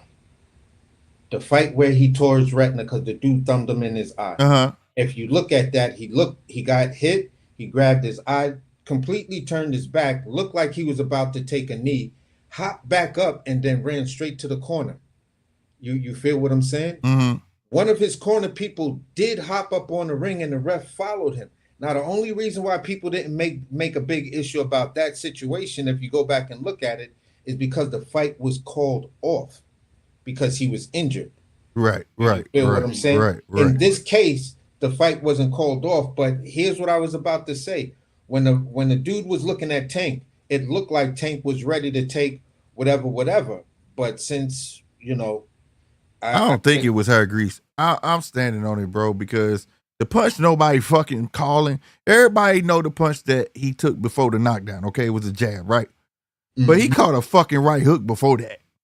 Yeah. He caught a solid fucking right hook. And then he caught bing, he caught jab, sat his ass, and then he backed up and took a knee. And I think it was a combination of both. That's just me now. And then when I done went back, bro, they didn't even wipe his eyes, bro. He wiped like his forehead. Like, when you wiping you got some of your eyes, you like, you know what I mean? You not just wipe your face off. So if they was bothering him like that, then you'd have been trying to wipe his eyes out. And they didn't do that, bro. You get what I'm saying? Nor did it did when the round was over, did y'all see them pour any water in his hair? No, see, the problem with the real life problem with that excuse is this. If it was something in your eye, when the ref came and the ref was talking to you, and it looked like he was giving him a warning, like, bro, you can't do shit like that. I'll take a point, or you can get the. Well, he counted the two and he walked off. You feel what I'm saying? The point is this. You ask the man what happened. If he said there was something in my eye, you give the time signal and you bring the doctor up. Right. You feel what I'm saying? The doctor would be the person who would wipe your eye out or get the little wet with gauze thingy, wet it, and then wipe your eye out, and then put the little light on your shit, and they'll ask you, can you see? Do you want to continue? Right. It's just that simple to fix the problem. And if you took the knee, then you say, all right, you took the knee. I'm giving, I gave you the warning, or I can take the point. It's up to the ref's discretion to actually call for the DQ. It's his discretion to because he's the judge inside the ring. He's the judge, jury, and executioner Right. inside the ring. So if you would have called it a knockdown, okay, then you give him the standing 8. If you would have called it not a knockdown because of, we had to call time because there's the allegation of something in his eye and shit like that, you feel what I'm saying? Then I'll give you the warning. If not, my only thing is, okay, I had the doctors look at your eye, they didn't say anything. You made this excuse. That's 1 point. That's 1 point. He had 3 choices. He chose. But Steve dropped the ball, man. He did that shit. He did right, but he should have pointed that he was down, signaled that he was down. But he started counting. He counted to 2. Tank walked away. Right then and there, dog. I don't know what the fuck he was thinking. He should grab that. What the fuck you doing, bro? Like, and then to tell the man after he get his face wiped off, he come back, start talking to him again. Hey, you gotta stop that because that shit looked like a knockdown. Yeah. It was a knockdown. You can't tell me it looked like it was a knockdown. It was a knockdown, bro. Like, he dropped the ball on that whole sequence, bro. You know what I'm saying? Like, what should have happened? This what should have happened. It should have got counted down. He should have got counted as a knockdown and let the replay handle if it was or if it wasn't. You see what I'm saying? Yeah. It should never been the other way around.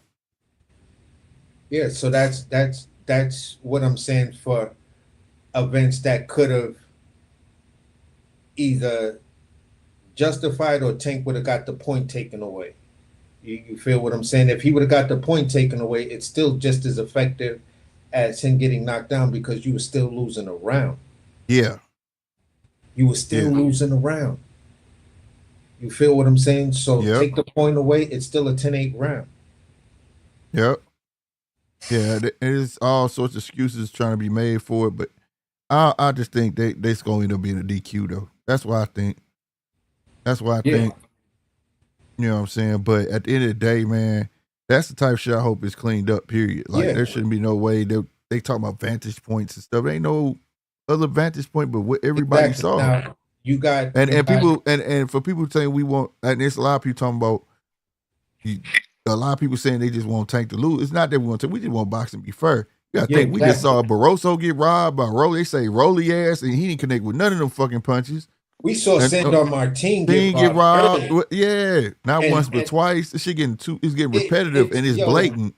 Sandor Martin's robbery hurt me more and have a bigger impact on me than what the fuck going on with Tank. I'm like, bro, 2 times this dude put on a boxing clinic and got robbed. Even the announcer, the dude that's a boxer, was like, this shit is tragic.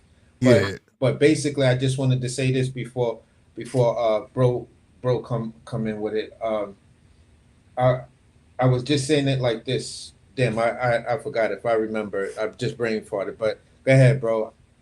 What's up, Casino? No, what's up, fella? Oh, what talking about? It's good, bro. We was talking about Turkey making them big moves. He finally landed him a promotion company. Oh, for real? Yep. What is it called? I just said the shit. TKO. Yeah. Boxing promotions. Yeah, TKO boxing promotions. Yeah, he finna do his shit. He finna do his shit, man. That's what's up. So, I mean, it's just like they're gonna be fighting people on other network. I mean, they're gonna be fighting other promotion companies and shit. Well, he got pretty much everybody under his wing already, except PBC. Now, I think they did do business with PBC on some undercard fights. Yeah, but that's like freelance work. You get what I'm saying? Yeah. Like, I'm talking about like ink the deal with them. You know, they got Stellar, they got well, hold on. They did the they got Boxer. Big deal. No, they did the big deal with David Benavidez. He PBC. Yeah. But I'm saying that's not like top rank. Remember when all the contracts came out? Like, motherfucking Golden Boy inked the deal with them. Period. Yeah. Like top rank giving them 12 fights a year. You get what I'm saying? Yeah, De La Hoya did the big deal with. He did the biggest one. Execs, PBC execs hasn't signed a big multi-fight deal that just gives them unlimited. Like I give you the keys to all my fighters' dorm rooms. Right, exactly. Yeah, they ain't did that. They like, you can call us, see if we ain't doing that, we'll give them to you type shit. You know what I mean? You could reach out to guys individually, but we ain't giving keys to the hotel.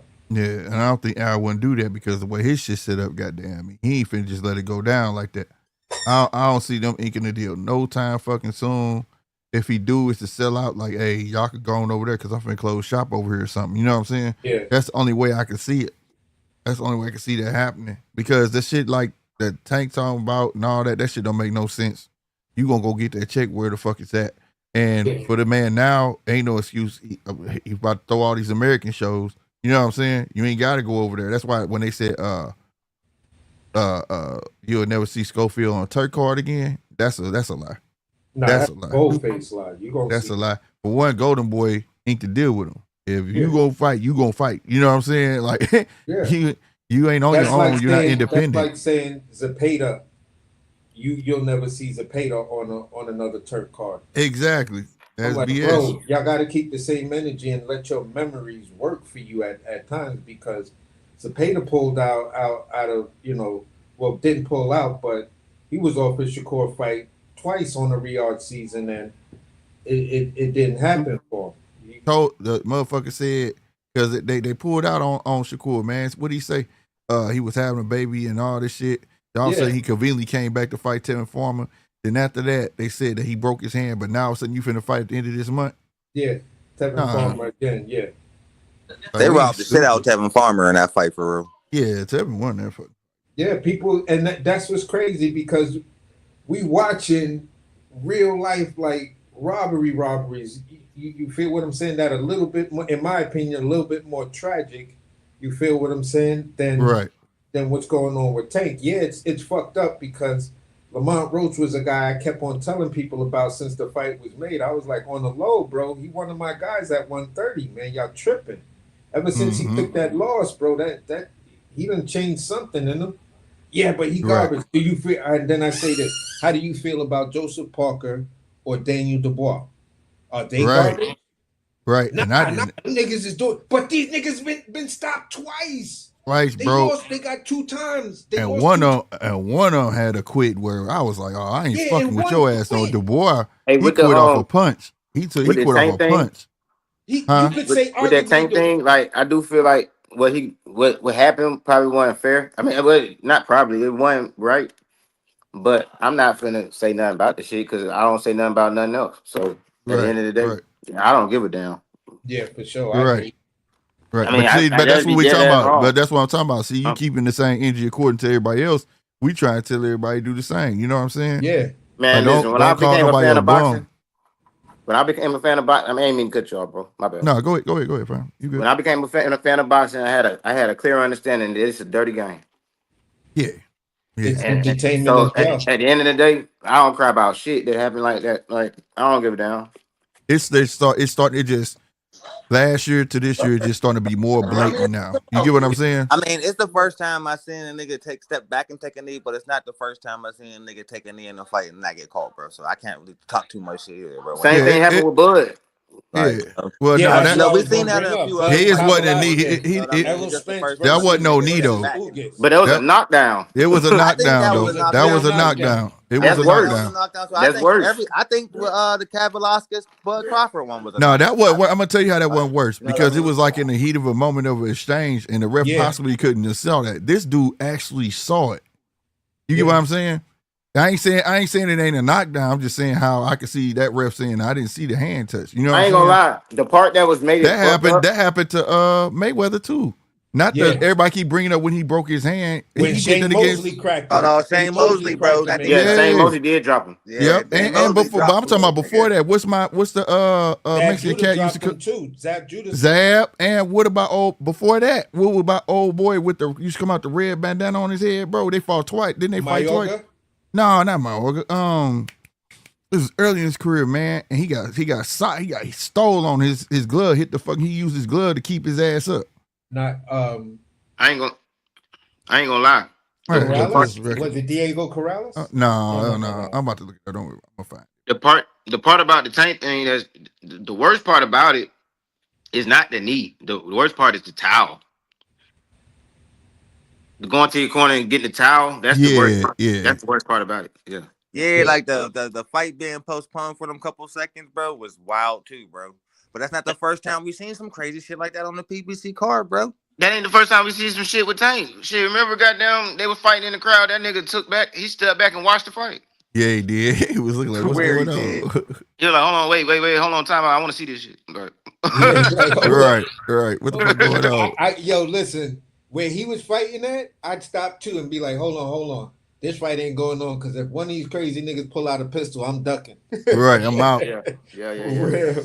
Or it could be his family. Like he like, man, Nah, make sure nobody. that was Make- Meek Mills and his people. They had rushed somebody. Make sure Yeah. make sure my Wallo brother. was trying to stop the shit. Had Yeah. the nigga on top of chairs and shit. Mm-hmm. Meek Mills and his people. Luis Castillo, bro. Oh, okay. Yeah, his glove touched the ground. He rematched him. That was the first rematch he did. His glove touched the ground, bro, and everybody was like, "What the fuck?" And they didn't call that shit. To me, Deontay Wilder, Tyson Fury, that first knockdown, they didn't call a knockdown, and you clearly see he caught him while Tyson was trying to roll up under that shit. Who was that? Tyson Fury versus Wilder, the first fight. I think the first knockdown that came in the third or fourth round. And then the ref just waved it off, and it was like, what? And they kept on showing the repeat. Yeah. It was like, yeah, there was contact. He said, Mhm. but maybe the angle the ref saw it, he didn't see it. And back then, there wasn't instant replay. We could see it, but when you in the ring with two heavyweights and one of them niggas got a big ass wide back, For real. it's like, hey. Man, look, I think if we don't hear shit by Friday, ain't shit happening. They overturned this shit. Yeah, I've always felt that they not gonna overturn. But they don't need to though, because at the end of the day, that shit'll be lame as fuck. Yeah, because it's better. Like, I think they would just mandate the fucking the rematch and really get at the sanctioning bodies. But according to what old boy talking, he wants some bread either way. Right. I think it should be an immediate rematch, like you said. I don't think Roach want that shit like that. Oh, no, You know what I'm saying? Who want that like that? Rematch. But I ain't gonna lie, all the shit that Roach doing, that shit gonna make Tank goddamn whoop his ass for real. Like he gonna fight his ass for real this time. Yeah, he better. That's what we want to see. I mean, You know I what hope it do. Both of them got to bring their best the second time around because you got one with the confidence and the other one feel like he getting shitted on. So it's gonna come either way.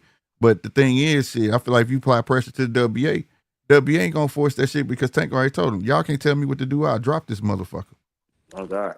And you know them sanctioning bodies, they want a star champion the whole I ain't day gonna lie, crown. I like that attitude though. I ain't gonna lie. The whole day crown. You know what I'm saying? I like that attitude though. I ain't I ain't gonna hold him for that, but I ain't gonna hold for that. I just hope that if he do choose that route, like I ain't mad at him for it, but it's still bullshit because then I don't care what nobody say. Them belts come with fucking money. If you ain't got nothing for me to fight you other than your name, fuck you. yeah, Because you that's get what I'm saying? $300,000 I gotta pay, bro. Yeah. At least that. Yeah, you ain't got shit. You ain't got The shit bigger for the me to pot, the fight bigger you that about. 3%. Man, I ain't worry about you then. Yeah, the bigger the pot, the bigger that 3%. Right. Man, 3% ain't just some regular number. Yeah, that's why Don't son fight- don't care. That's why son don't care about holding Yeah, because all the best. People was mad at and Keyshawn Floyd- saying that shit, but I wasn't mad at Keyshawn saying he said I won't hold all that right now. yeah, He can't afford that.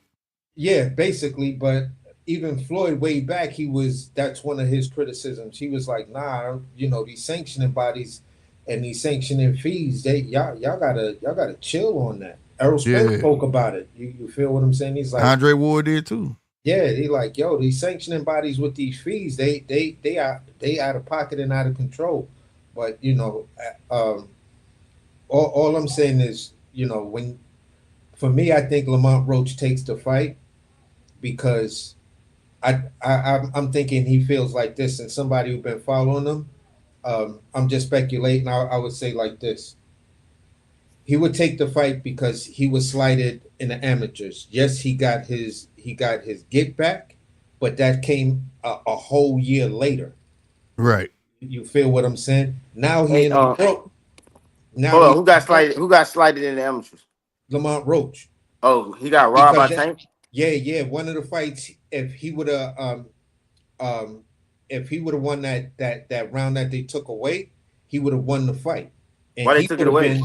He would have moved towards he would have went to the Worlds that year because it came down to him and Tank as the two finalists to make that Worlds team. I don't know Why they take the round away? It was never explained, but he was like, look, according to your scoring system, and according to your rules, I won that last round. You feel what I'm saying? And he had them go back and rewatch the fight. He petitioned this shit. The fight took a whole year. You feel what I'm saying? But Right. he won, and then he went to Worlds that following year. You know when these fights be happening, bro? And y'all be saying y'all watched it again. How y'all watch this shit again, bro? No, this is back then. No, I know that, but I'm Oh. talking about like I'm gonna watch the Tank Roach fight again. How do I You got watch Amazon Prime? Nah. If you get Amazon Prime, all you gotta do is search it on there. Yeah. That was the big for deal real? about Amazon Prime. You ain't gotta wait shit. As soon as that fight was over, you could rewatch it. For real? Yeah. Okay. So do I still gotta pay for that motherfucker? That I'm not clear on. I doubt it. Me, I didn't have to pay. Yeah, I doubt it. Oh, so you just got on Amazon Prime? It's just up there. Yeah, because I got my Amazon Prime account, and I've been a customer at Amazon Prime. Yeah, do you got Amazon? Do you pay for Amazon? Like the delivery Yeah, I packages? pay my Prime subscription. Nah, I don't even order shit. I pay. I'm gonna figure it out. It's only like $12 a month. Yeah, I'm gonna figure it out. I'm gonna watch 14 for me. I'm gonna watch it. 14. Oh, okay. Shit, the zone keep goddamn hitting my cash out card right now. I got my shit locked. every 30 minutes, the zone has attempted to charge you. But your card is locked. But I just feel like Lamont Roach is gonna take the fight because he wants to prove everybody that out of everybody that fought Tank in the amateurs and everybody that he faced up to them, I'm that guy he just can't beat, and he knows that. And I think this is the chip Lamont Roach is going in to that second fight with. He like, right. yo. So with that, can we kill like that? Tank don't want to fight nobody shit because if I mean everybody's saying now that Tank knew that this nigga was fight. Well, he signed up to fight the nigga. So can we kill that shit?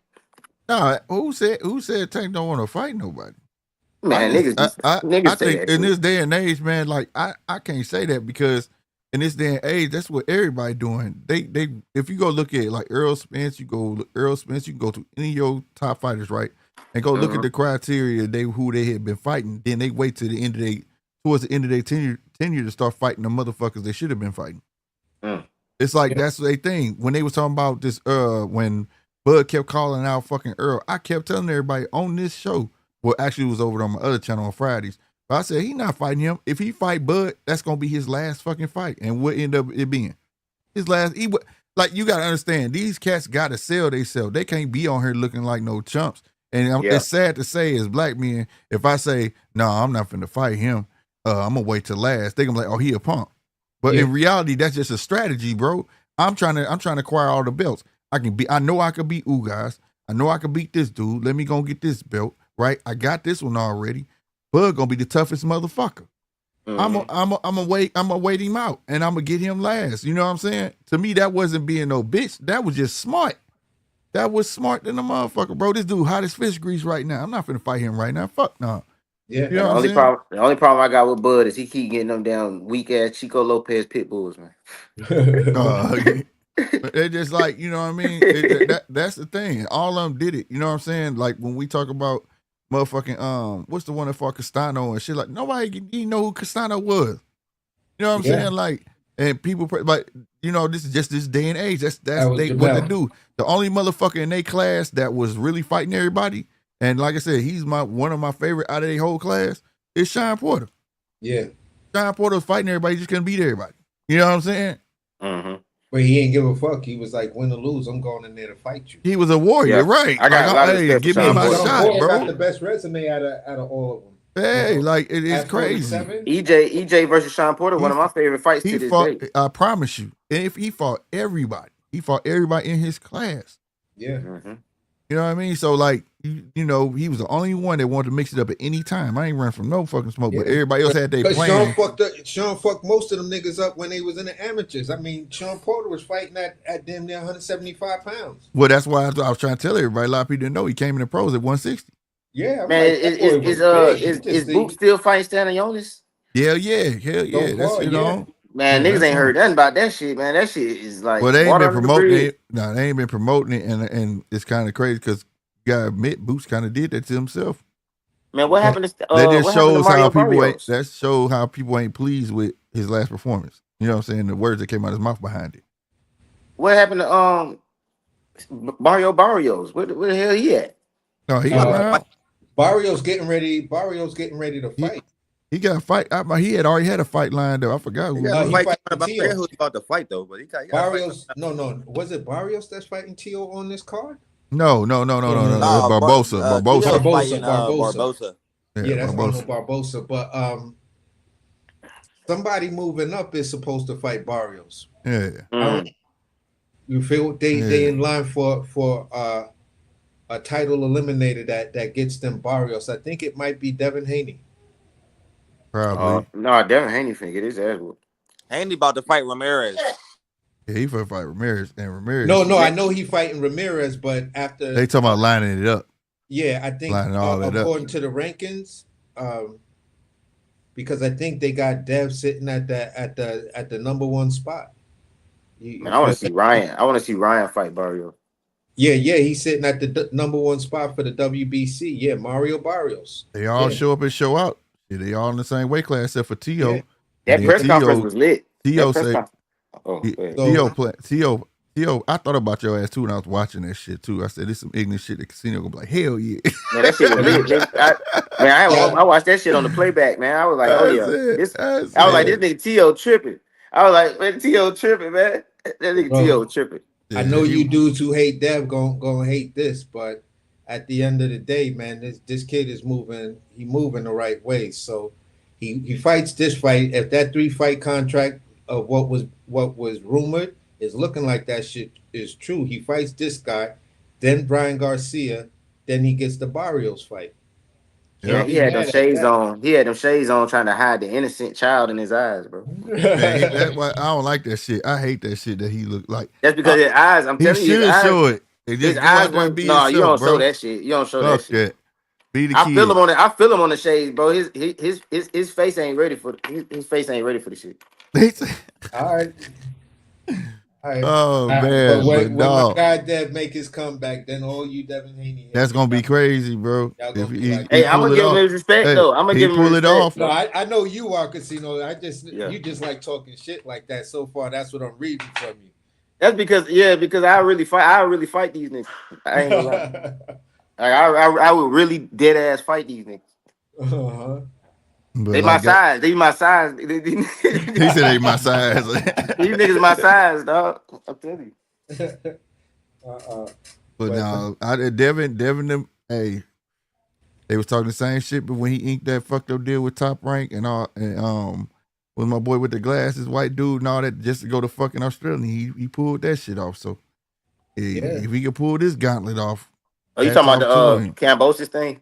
Yep.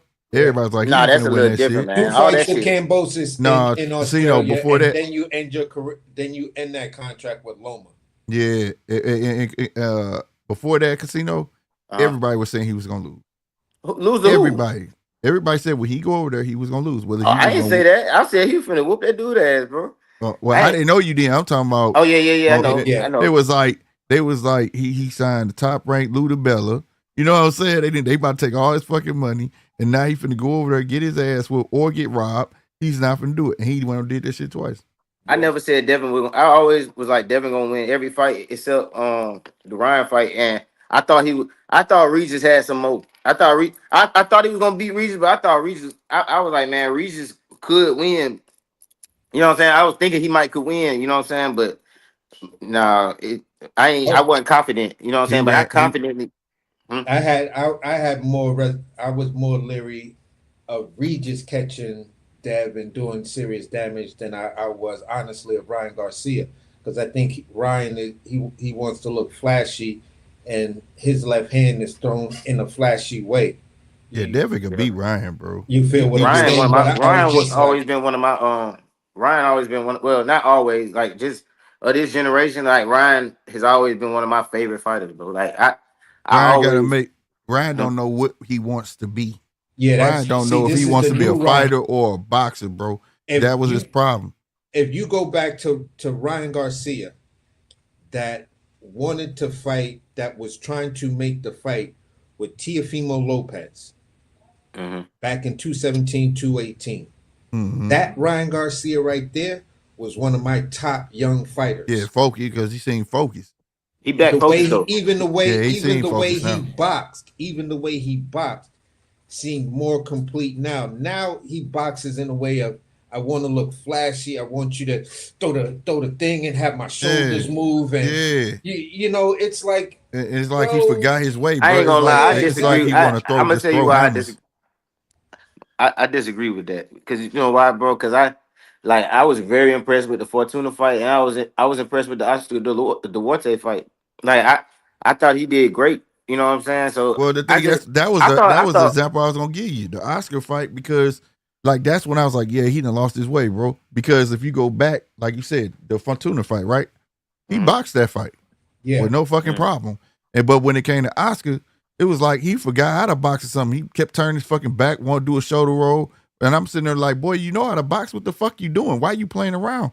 Like, but you when know, he was doing it, he wasn't like getting caught though. But see, but all but I'm that's saying because is, you turning your whole back to the man. when you go back and look at early Ryan, when he would throw his left would come off his jab. He would like one of the times I seen him catch a knockout, he threw the left jab, then went downstairs with it, and then came right with the hook. Boom! I was like, oh shit, this nigga's nice. I thought Ryan was gonna beat Tank, to be honest. I thought Ryan was gonna be the first person to sit Tank down.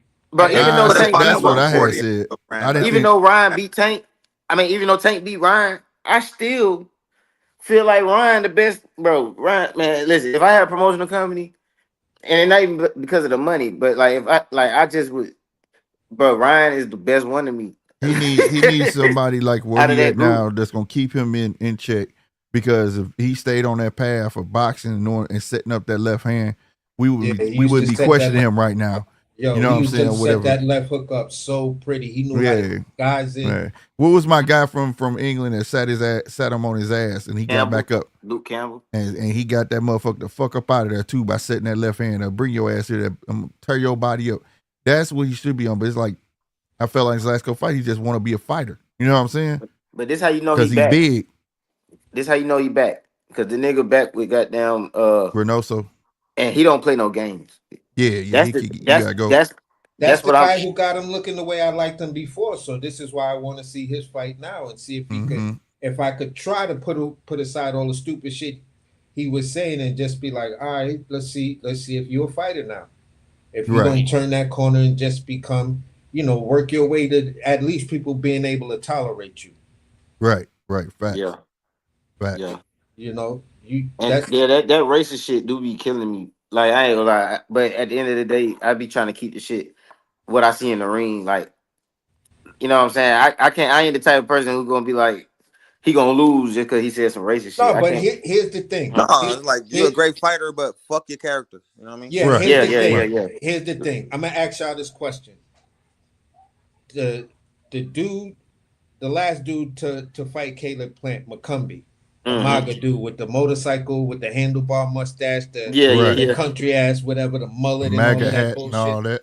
Yeah. I can respect that guy way more than I can respect Ryan Garcia and this acting thing he's trying to do.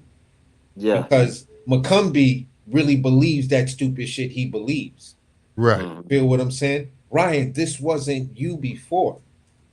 Right. You acting. I'm saying, but hold on, McCumbee racist? That nigga be. He's one of them super MAGA niggas. Yeah, he one of them. Yeah, and he done said some weird shit he had to come back from. You know what I'm saying? Like apologize. Yeah. I never followed him. You know, I ain't know. No, I I seen McCumbee fight. I think maybe twice on Pro Box. He was actually cooking Caleb Plant for the first 3 rounds, and Caleb Plant completely took over. I thought Caleb Plant was finna get slept. I was like, wow. He dropped Caleb, didn't he? Yeah, he dropped him like 2 3 times. Yeah. Like 2 3 times. And this is why, you didn't like on Pro Box, you didn't see McCumbee with the MAGA hat and all of that crazy shit. But when I don't remember seeing him with it, I remember seeing him with the trucker hat. Yeah. Feel what I'm saying? The glasses and all of that. But he didn't have the MAGA hat on. When he know what that could have been? it could have been all to sell the fight. It's just like it was like the two opposite white boys. You know what I'm saying? Like a redneck motherfucker already. They just mixed that Trump shit with it. Yeah, exactly. He was definitely a redneck motherfucker, like really redneck moonshine making. Never seen a black dude in his town type of motherfucker. So Yeah. I got that, and I was like, oh, this is one of them real redneck niggas that got a piece of straw in their mouth and got a shotgun hanging up in the back of their pickup truck. Facts. Bro, I ain't gonna lie though. Fuck, nigga. I don't be friends with them type of people, bro. But like coming from where I come from, it's like, bro, if that's what make him a redneck is the fact that he never seen a black person. That shit, I'm a goddamn black redneck because I ain't never seen a white person till I was a goddamn adult. No, I'm not saying it like that, but it's just other things You that know them hillbilly motherfuckers that hit the straw in their mouth, cowboy. Yeah, I'm already knowing it, but them flannel motherfuckers, shirts. but them Drinking bush motherfuckers beer be all crazy day, as going, hell. woo! Them motherfuckers. For real. And them motherfuckers be crazy as hell, and they know how to have a good motherfucking time though. I ain't gonna. Oh, no, they know how to have a good ass time. I give them that. Cause they ain't got no TV, they ain't got nothing. They ain't got no Y'all PlayStation. stupid. Them niggas ain't Yeah, they parties do be cracking. But at the end of the day, McCumbee was like one of those dudes, and it was just like, okay, I could even follow a nigga like McCumbee, even though he on that MAGA bullshit. Dude crack. You feel what I'm saying? The stupid shit that Ryan and Teal doing, it's just like, you know what? Somebody just need to knock these two motherfuckers the fuck out. So Sit their ass in their place. So to put these niggas in their place, man. I mean, y'all need to stop that shit. So is that tournament with Boots still active? Like, is that still going? That's over. I don't know how that's going now because they didn't mix everything up because they was trying to put T on the mix of that, but that still could be possible because T.O. talking about he going up after this fight, so it could be possible. His fight at 140. Yeah, he ain't fighting. Yeah, all the time I seen him before this fight, it looked like he was, all the little videos that was being dropped and clips about him was saying that, he training and preparing his body to go to fight at 47. What the fuck he want to do, nigga? That nigga was looking like a clown at that press conference, sitting up there looking like a fucking male fly girl. See how that nigga was dressed, man? Like, yeah, you clown. That's the 80s shit, bro. Up there with a headband on, with a yin yang sign, some red ski goggles on, with some fucking overalls with no shirt. You clown ass motherfucker, nigga. That's the old 80s shit, bro. I mean 90s shit, bro. I ain't gonna lie. I don't know what he was thinking. This is a joke, bro. No. Did he have on the ski goggles or did he have on the baseball shades? Yeah, ski goggles. They were shades, I thought. I thought it was the baseball shades. No, that was the baseball shades. I was on. right now. I ain't gonna lie. With a yin yang headband, some blue overalls with one suspender on, nigga, with no shirt, looking like a 90s fly girl, bro. I can't even say nothing else, bro. It look like a fucking idiot. It look like a male stripper popping out a cake. That's stupid, bro. That's a people cake. Talking about I was undisputed at 135, you delusional motherfucker. Nah, you was never undisputed. Man, I ain't gonna lie though. I always felt like the nigga was undisputed. I ain't gonna lie. Nah, hell no, nigga. The franchise title don't count, man. I know you gotta get it. Don't change hands. But like, even when he beat Josh Taylor, that nigga was undisputed to me. But I know I can't say he was undisputed, but to me, the nigga was undisputed. Like I know nobody want to say that shit, but it's like, hey man, don't feed his delusion, Prez. I'm saying nobody beat Josh Taylor, so it was like shit, nigga. That nigga was just undisputed, nigga. He was the last nigga who was undisputed. Wait, Josh Taylor. Wait. Hold up, but he vacated 3 belts before they fought. That's what I'm saying. I know. I'm not saying he really technically undisputed, but when I was watching the Josh Taylor fight, first of all, I thought Josh Taylor was gonna whoop his ass. First of all, and then. But I felt like shit, bro. The only reason he ain't undisputed is because Josh Taylor dropped the belts. It's like the nigga was undisputed. So he get undisputed by default, nigga? No, he's not. I'm not officially, but in my mind, I see where he coming from. I get where you going with it, though, Yeah, bro. But right. that nigga's crazy, man. Nah, hold on. I'm gonna say it like this. The first fight between Josh Taylor and Catterall, everybody felt Jack Catterall won. Catterall won that, yeah. Hell yeah. You feel what I'm saying? I sure did. I didn't see it. The very next fight, I saw that fight and I thought I was like, that's a fucking robbery. And the next fight he fights, he loses to Teofimo Lopez. And You feel what I'm saying? Yeah, Like Mhm. Though, people yeah, too. but was yeah, I saying, ain't people talking were saying technically. I the ain't way talking Jack technically. Catterall beat him, he wasn't the same. So he wasn't even the favorite. Like going into the Teal fight, more people was feeling like Teal was gonna beat Josh Taylor than Josh Taylor from the circles I was running in than Josh Taylor beating Teal. I Because I thought was the Josh Taylor was person that was gonna like, knock T.O. out because T.O. was tripping. I thought T.O. was really tripping. Then he came nah, out there and showed out. Huh? nah. For me, even though Tio was coming off that loss to And uh to Cambosis. Cambosis, you feel what I'm saying? But I then remember still he fought Sandor Martin and looked like trash too. That's why I yeah, thought he was but gonna lose. for Yeah, me that's it was one. Do I like still got it? yeah, but for me it was just like this. I've always felt you feel what I'm saying that Mhm. Sandor Martin would have stopped either Catterall or Josh Taylor. Mm. I felt he was the toughest Yeah, competition. how he just got robbed, bro, is a fucking travesty, bro. Yeah, and at the end of the day, the way he fought Tio, dropped him twice and got robbed, and then the way he just I'm trying to figure out, you know, what what rounds how did they like what rounds did they see or why did they see that many rounds of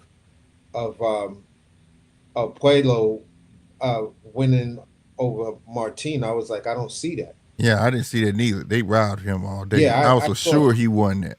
Yeah, I was like, I think I saw Pueblo win two, maybe three rounds, Mm. but it was damn near skunk to me. I gotta Yep. watch that shit too. I missed that shit Yep. too. I I missed that shit, bro. I missed the fight that I was looking forward to and everything. Not on that night, but the Virgil Ortiz versus Magic fight. I missed that shit. I Oh, like that was a good ass fight, bro. I'm waiting for it to come out on YouTube because that's one of my favorite fighters, Virgil Ortiz. That's like I fuck with him. Like I gotta go see that shit. Yeah, he broke Maggie down, bro. Yeah, he did. It Yeah, I was gotta Yeah, like see. it was even in the beginning. Them fucking Hmm. body shots took the wind out that Body boy. shots start taking effect by the sixth round. Boy, Masvidal just Mm-hmm. stood there with his ass. I was Broke him. He nervous couldn't for it move no too. more. Like I was happy when I heard he won that shit. I was nervous. First, it ain't look too good. Because Masvidal came out with that herky jerky shit we was all expecting, dog. Yep. He Mm. was moving his ass around, but them body shots, my God.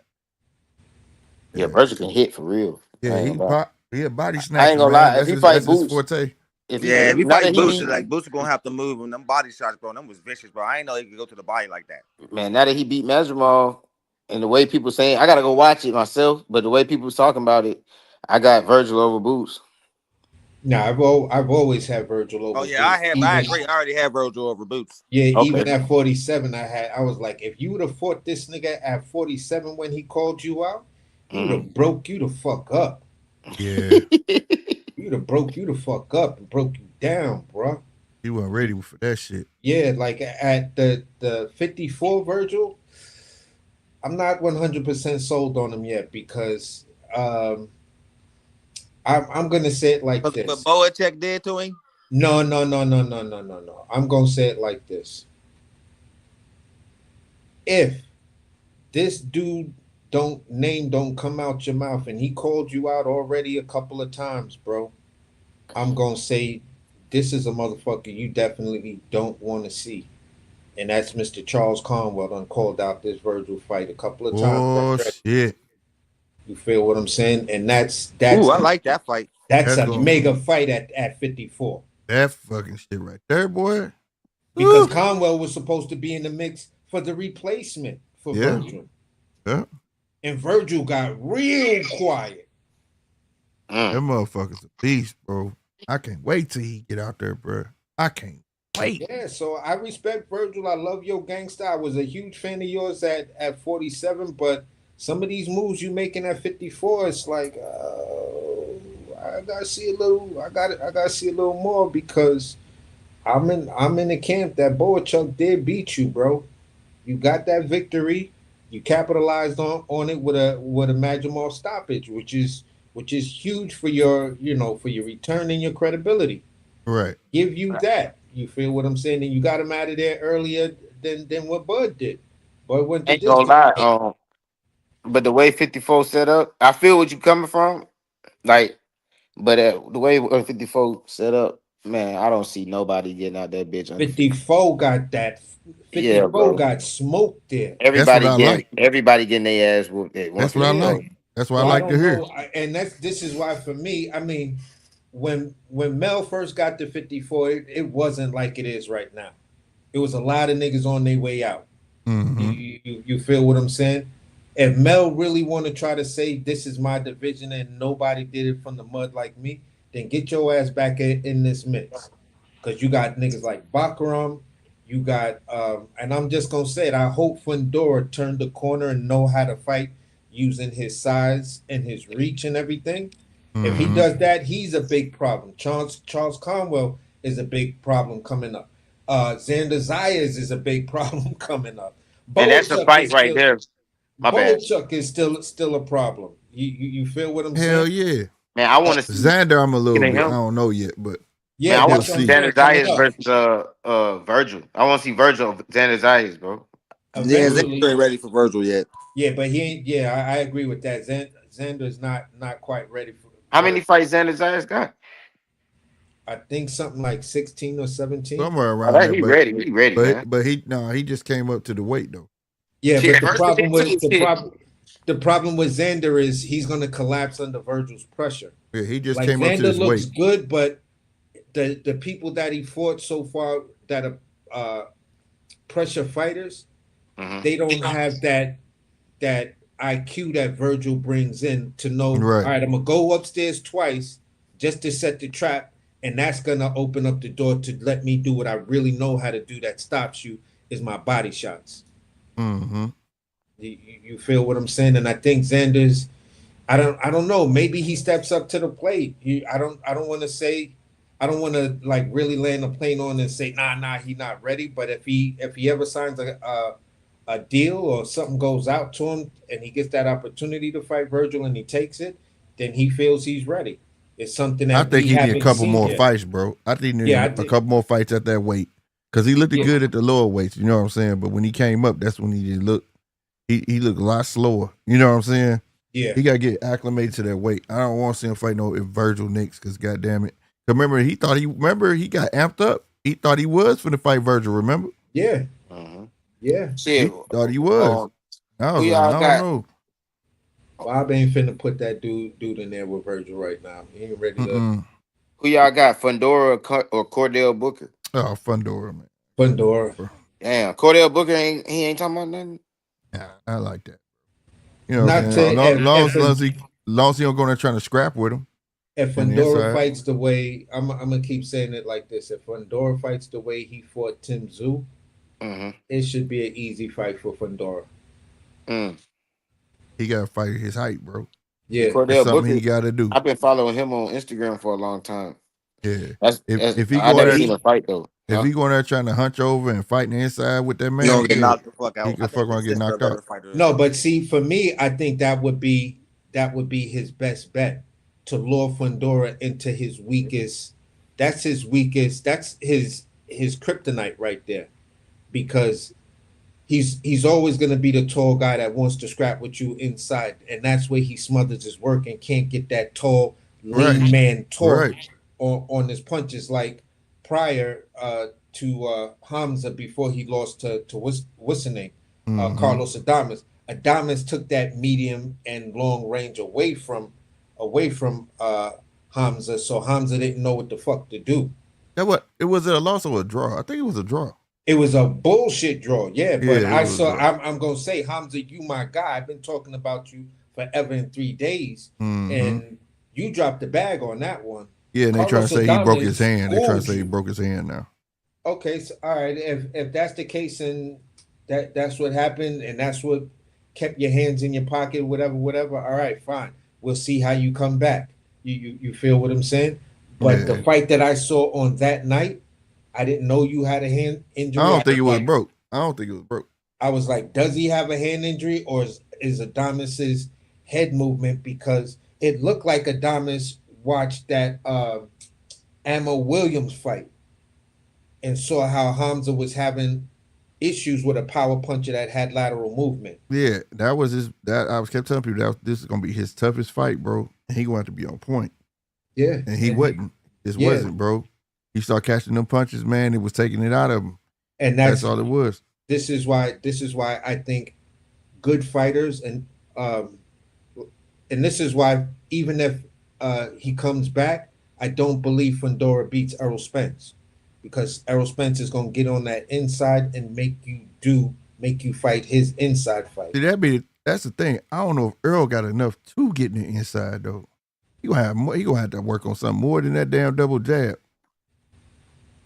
When have you seen Earl really throw an overhand?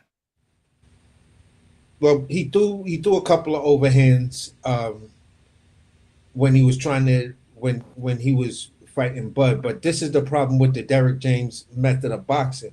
There are so many other tools in the toolkit that they don't work on. They work on the simple double jab and the straight or a hook, or kind of like an overhand, but not the overhand where you could slip something and come right over the top of the opponent.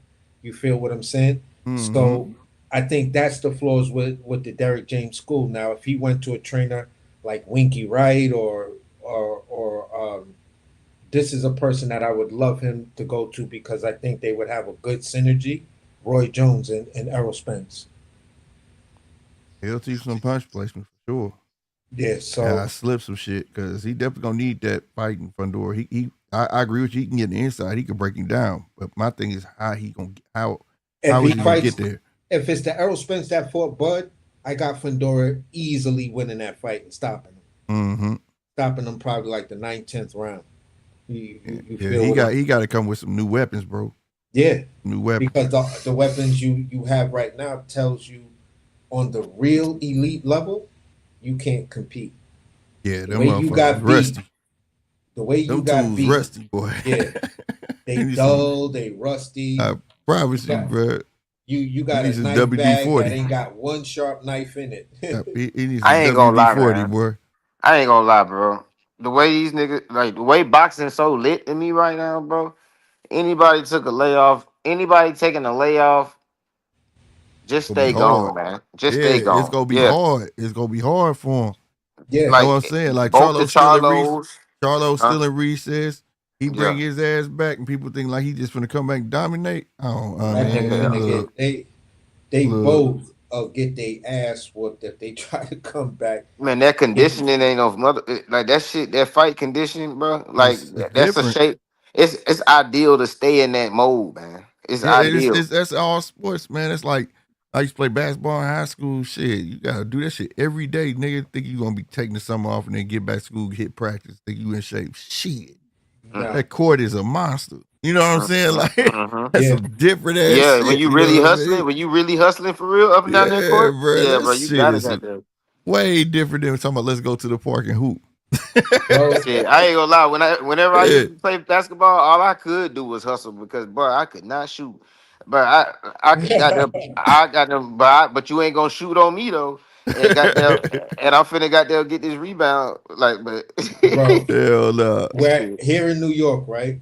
Yeah. A lot of the colleges, especially the SUNY colleges, it's a lot of them shits here in New York.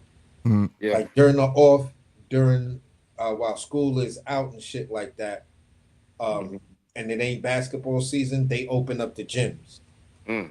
So you running on real pro level courts and shit like that. And bro, if you not in shape, you ain't making it to the half court. Like you would think that, man. This, you look at the pros and you look at how easy they running up and down the court. That's because these niggas is tall as hell. But you a person like me, like 5'9". Yeah, me too. Man, that shit look like man, listen, that's like half a block I'm running. Man, you ever had to do suicides? And not on one of them college. Hell yeah, boy. That's why you do them. Yeah. Shit. That's why you do them, fam. Not on one of the not at one of the universities or colleges that we will go to their gym, but I did suicides in my high school joint. That's why you do that shit, boy, because that court will tear your ass up. And don't realize you running on that wood, that shit fuck your legs up like that too, boy. Yeah, bro. So, Absorbing all that damn shock from that damn wood, bro. Man, totally different. so Totally different. people gotta understand, man. This, you know, Charlo's trying to come back and get in that mix. Even Jamel trying to come back and get in that mix at 54. Bro, you gonna get slept early.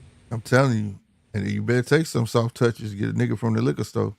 For real. Like you better reach down to like a nigga that's like 30 something ranked to I find that promise you. soft touch. Because 54 got a lot of dudes, and there's a lot of young niggas that are coming up. Just like the dude I talked about earlier, Joseph Brown. This dude is coming into boxing already like a 16-time champion when it comes down to kickboxing and taekwondo tournaments. Yeah, I know the kid you talking about. You feel what I'm saying? Yeah, they was ranting raving about him not too long ago. Yeah. Yeah, I know so- exactly what you're talking about. Yeah, that's He's just a natural athlete, bro. Yeah, I done spoke to him a couple of times in interviews. Like we've been on the same panel talking and shit like that. Okay. And he telling everybody, yeah, y'all, I love the love y'all giving me, but you know, when my little brother get up there and get ready, he's worse than me. So you got that's gonna be some problems. Yeah, you got some stuff that's just like I like the way I don't know if that's his cousin or his little brother Roach. Yeah. You know, he had a couple fights over there on Pro Box. Uh-huh. You know, he could box his ass off too. He was at the fight. Little dude was standing next to him. He got like the little twist and shit. Yeah. Hey, he could box his ass off too. Yeah, bro. I'm like, listen, man, there's some young dudes that can crack and coming from, you know, from a fighting background and got, you know, they champions in these other disciplines. If you don't understand these other disciplines, when you mix it with boxing, it makes you an automatic switch hitter to whereas your transition is more seamless than a guy who's a natural switch hitter that's in boxing. Right. Because your switch can come from the shoulder or from the feet. Yeah, and it's most time it's without thinking. Yeah. And that's what made Hagler one of the coldest switchers. The people thought he thought about it. He just did it. No, it's just What you was just in him. What you were saying about that's true, bro. Because I came up doing karate and shit. Like I got belts and shit. I went to tournaments and got medals and everything. And I started boxing. And bro, they used to be like, quit fucking switching. Like I didn't even know I didn't even know what a southpaw and orthodox was, bro. I just whatever felt comfortable. That's how I was punching from. But they used to make me stop. They made me orthodox, like. Yeah, because it's the only sport that's gonna make you choose unless you just real good at it. You know what I'm saying? Yeah. You know, you got a lot of right hand boxers. That's now it seems like it's a lot of southpaws coming out now too. Right handers fighting in southpaw. You know why? You No, I was the same way. Hold on, I'm gonna let this go by. Go ahead. My bad. Go ahead. Oh no. He was saying something. I was gonna say, you know why so many southpaws is coming out? Because it used to be a consensus that southpaws was hard to fight. So niggas like, oh, I'm gonna be southpaw then. That's why niggas be right-handed in southpaw. Right. Because they trying to get an advantage, you know what I'm saying? Yeah, but what I was gonna say was the only reason why I say that because I asked Joseph Brown the same question because I said it on a panel and the dudes was acting, you know, they was acting a little weird. So some of the same dudes was on the panel, and I had told them, I said, listen, I got a taekwondo background to whereas my lead hand was always my strong hand. So if I'm right-handed, my lead hand in taekwondo would be my right hand. You feel what I'm saying? I need to generate the power through my hips for my weaker hand, but I want to hit you good and solid with my strong hand right off the back, and I can control how much power I put in it. That's what I learned from taekwondo. But when I started boxing, they wanted me to fight using my left hand. You feel? Could you do a spinning roundhouse kick? Huh? Could you do a spinning roundhouse kick? all day. That was one of my favorite That kicks. was my favorite shit too. I used to break the wood with that shit. But Exactly. I could do it, as a hop or with my feet planted on the ground. yeah. You feel what I'm saying? Mm-hmm. So Mm-hmm. um, at the end of the day, um, what I found in boxing and what my uncle used to say was like, if you really make it to the pros, you're gonna fuck people up because they ain't gonna be able to get your timing or Keep it going, read you. fellas. I'll be right back. That's why Rolly was good. I mean, I'm not saying good like, but you know what I mean? Yeah, for sure. That's what got him where he was at because of that karate. You know what I mean? Yeah, and for me, like Taekwondo, you on your toes and everything is fast and explosive. So Mm-hmm. you mix that type of same discipline with uh with boxing. You feel what I'm saying?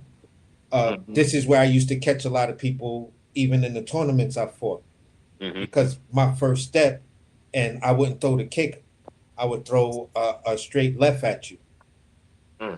Boom, catch you. Bow. And they'd be like, oh shit.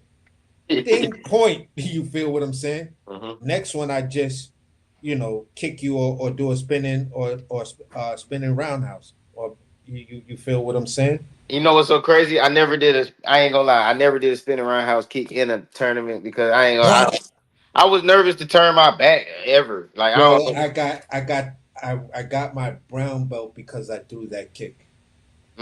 See, I ain't get the brown. I got to orange with a stripe. Oh, okay. But I you know what I mean? That's uh-huh. that humble. I could tell you like this. I was good enough and I was supposed to go to the tournament and do my kata and fight my tournament fight to get my black. But I had got hit by a car as a young one, like I think 2 weeks before the tournament happened. Mm, You feel what I'm saying? But I was that nice to whereas I knew I was getting my black belt.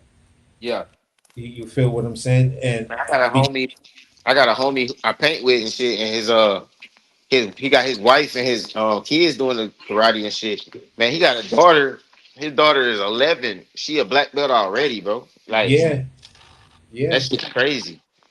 yeah. It all depends. Like my sensei in the school I went to, the dude was a tournament fighter. Like he had like when you coming into the dojo, you Hmm. see all of these posters of him fighting taekwondo joints in Korea, in Japan, Hmm. um, all through Asia and the Netherlands and stuff like that.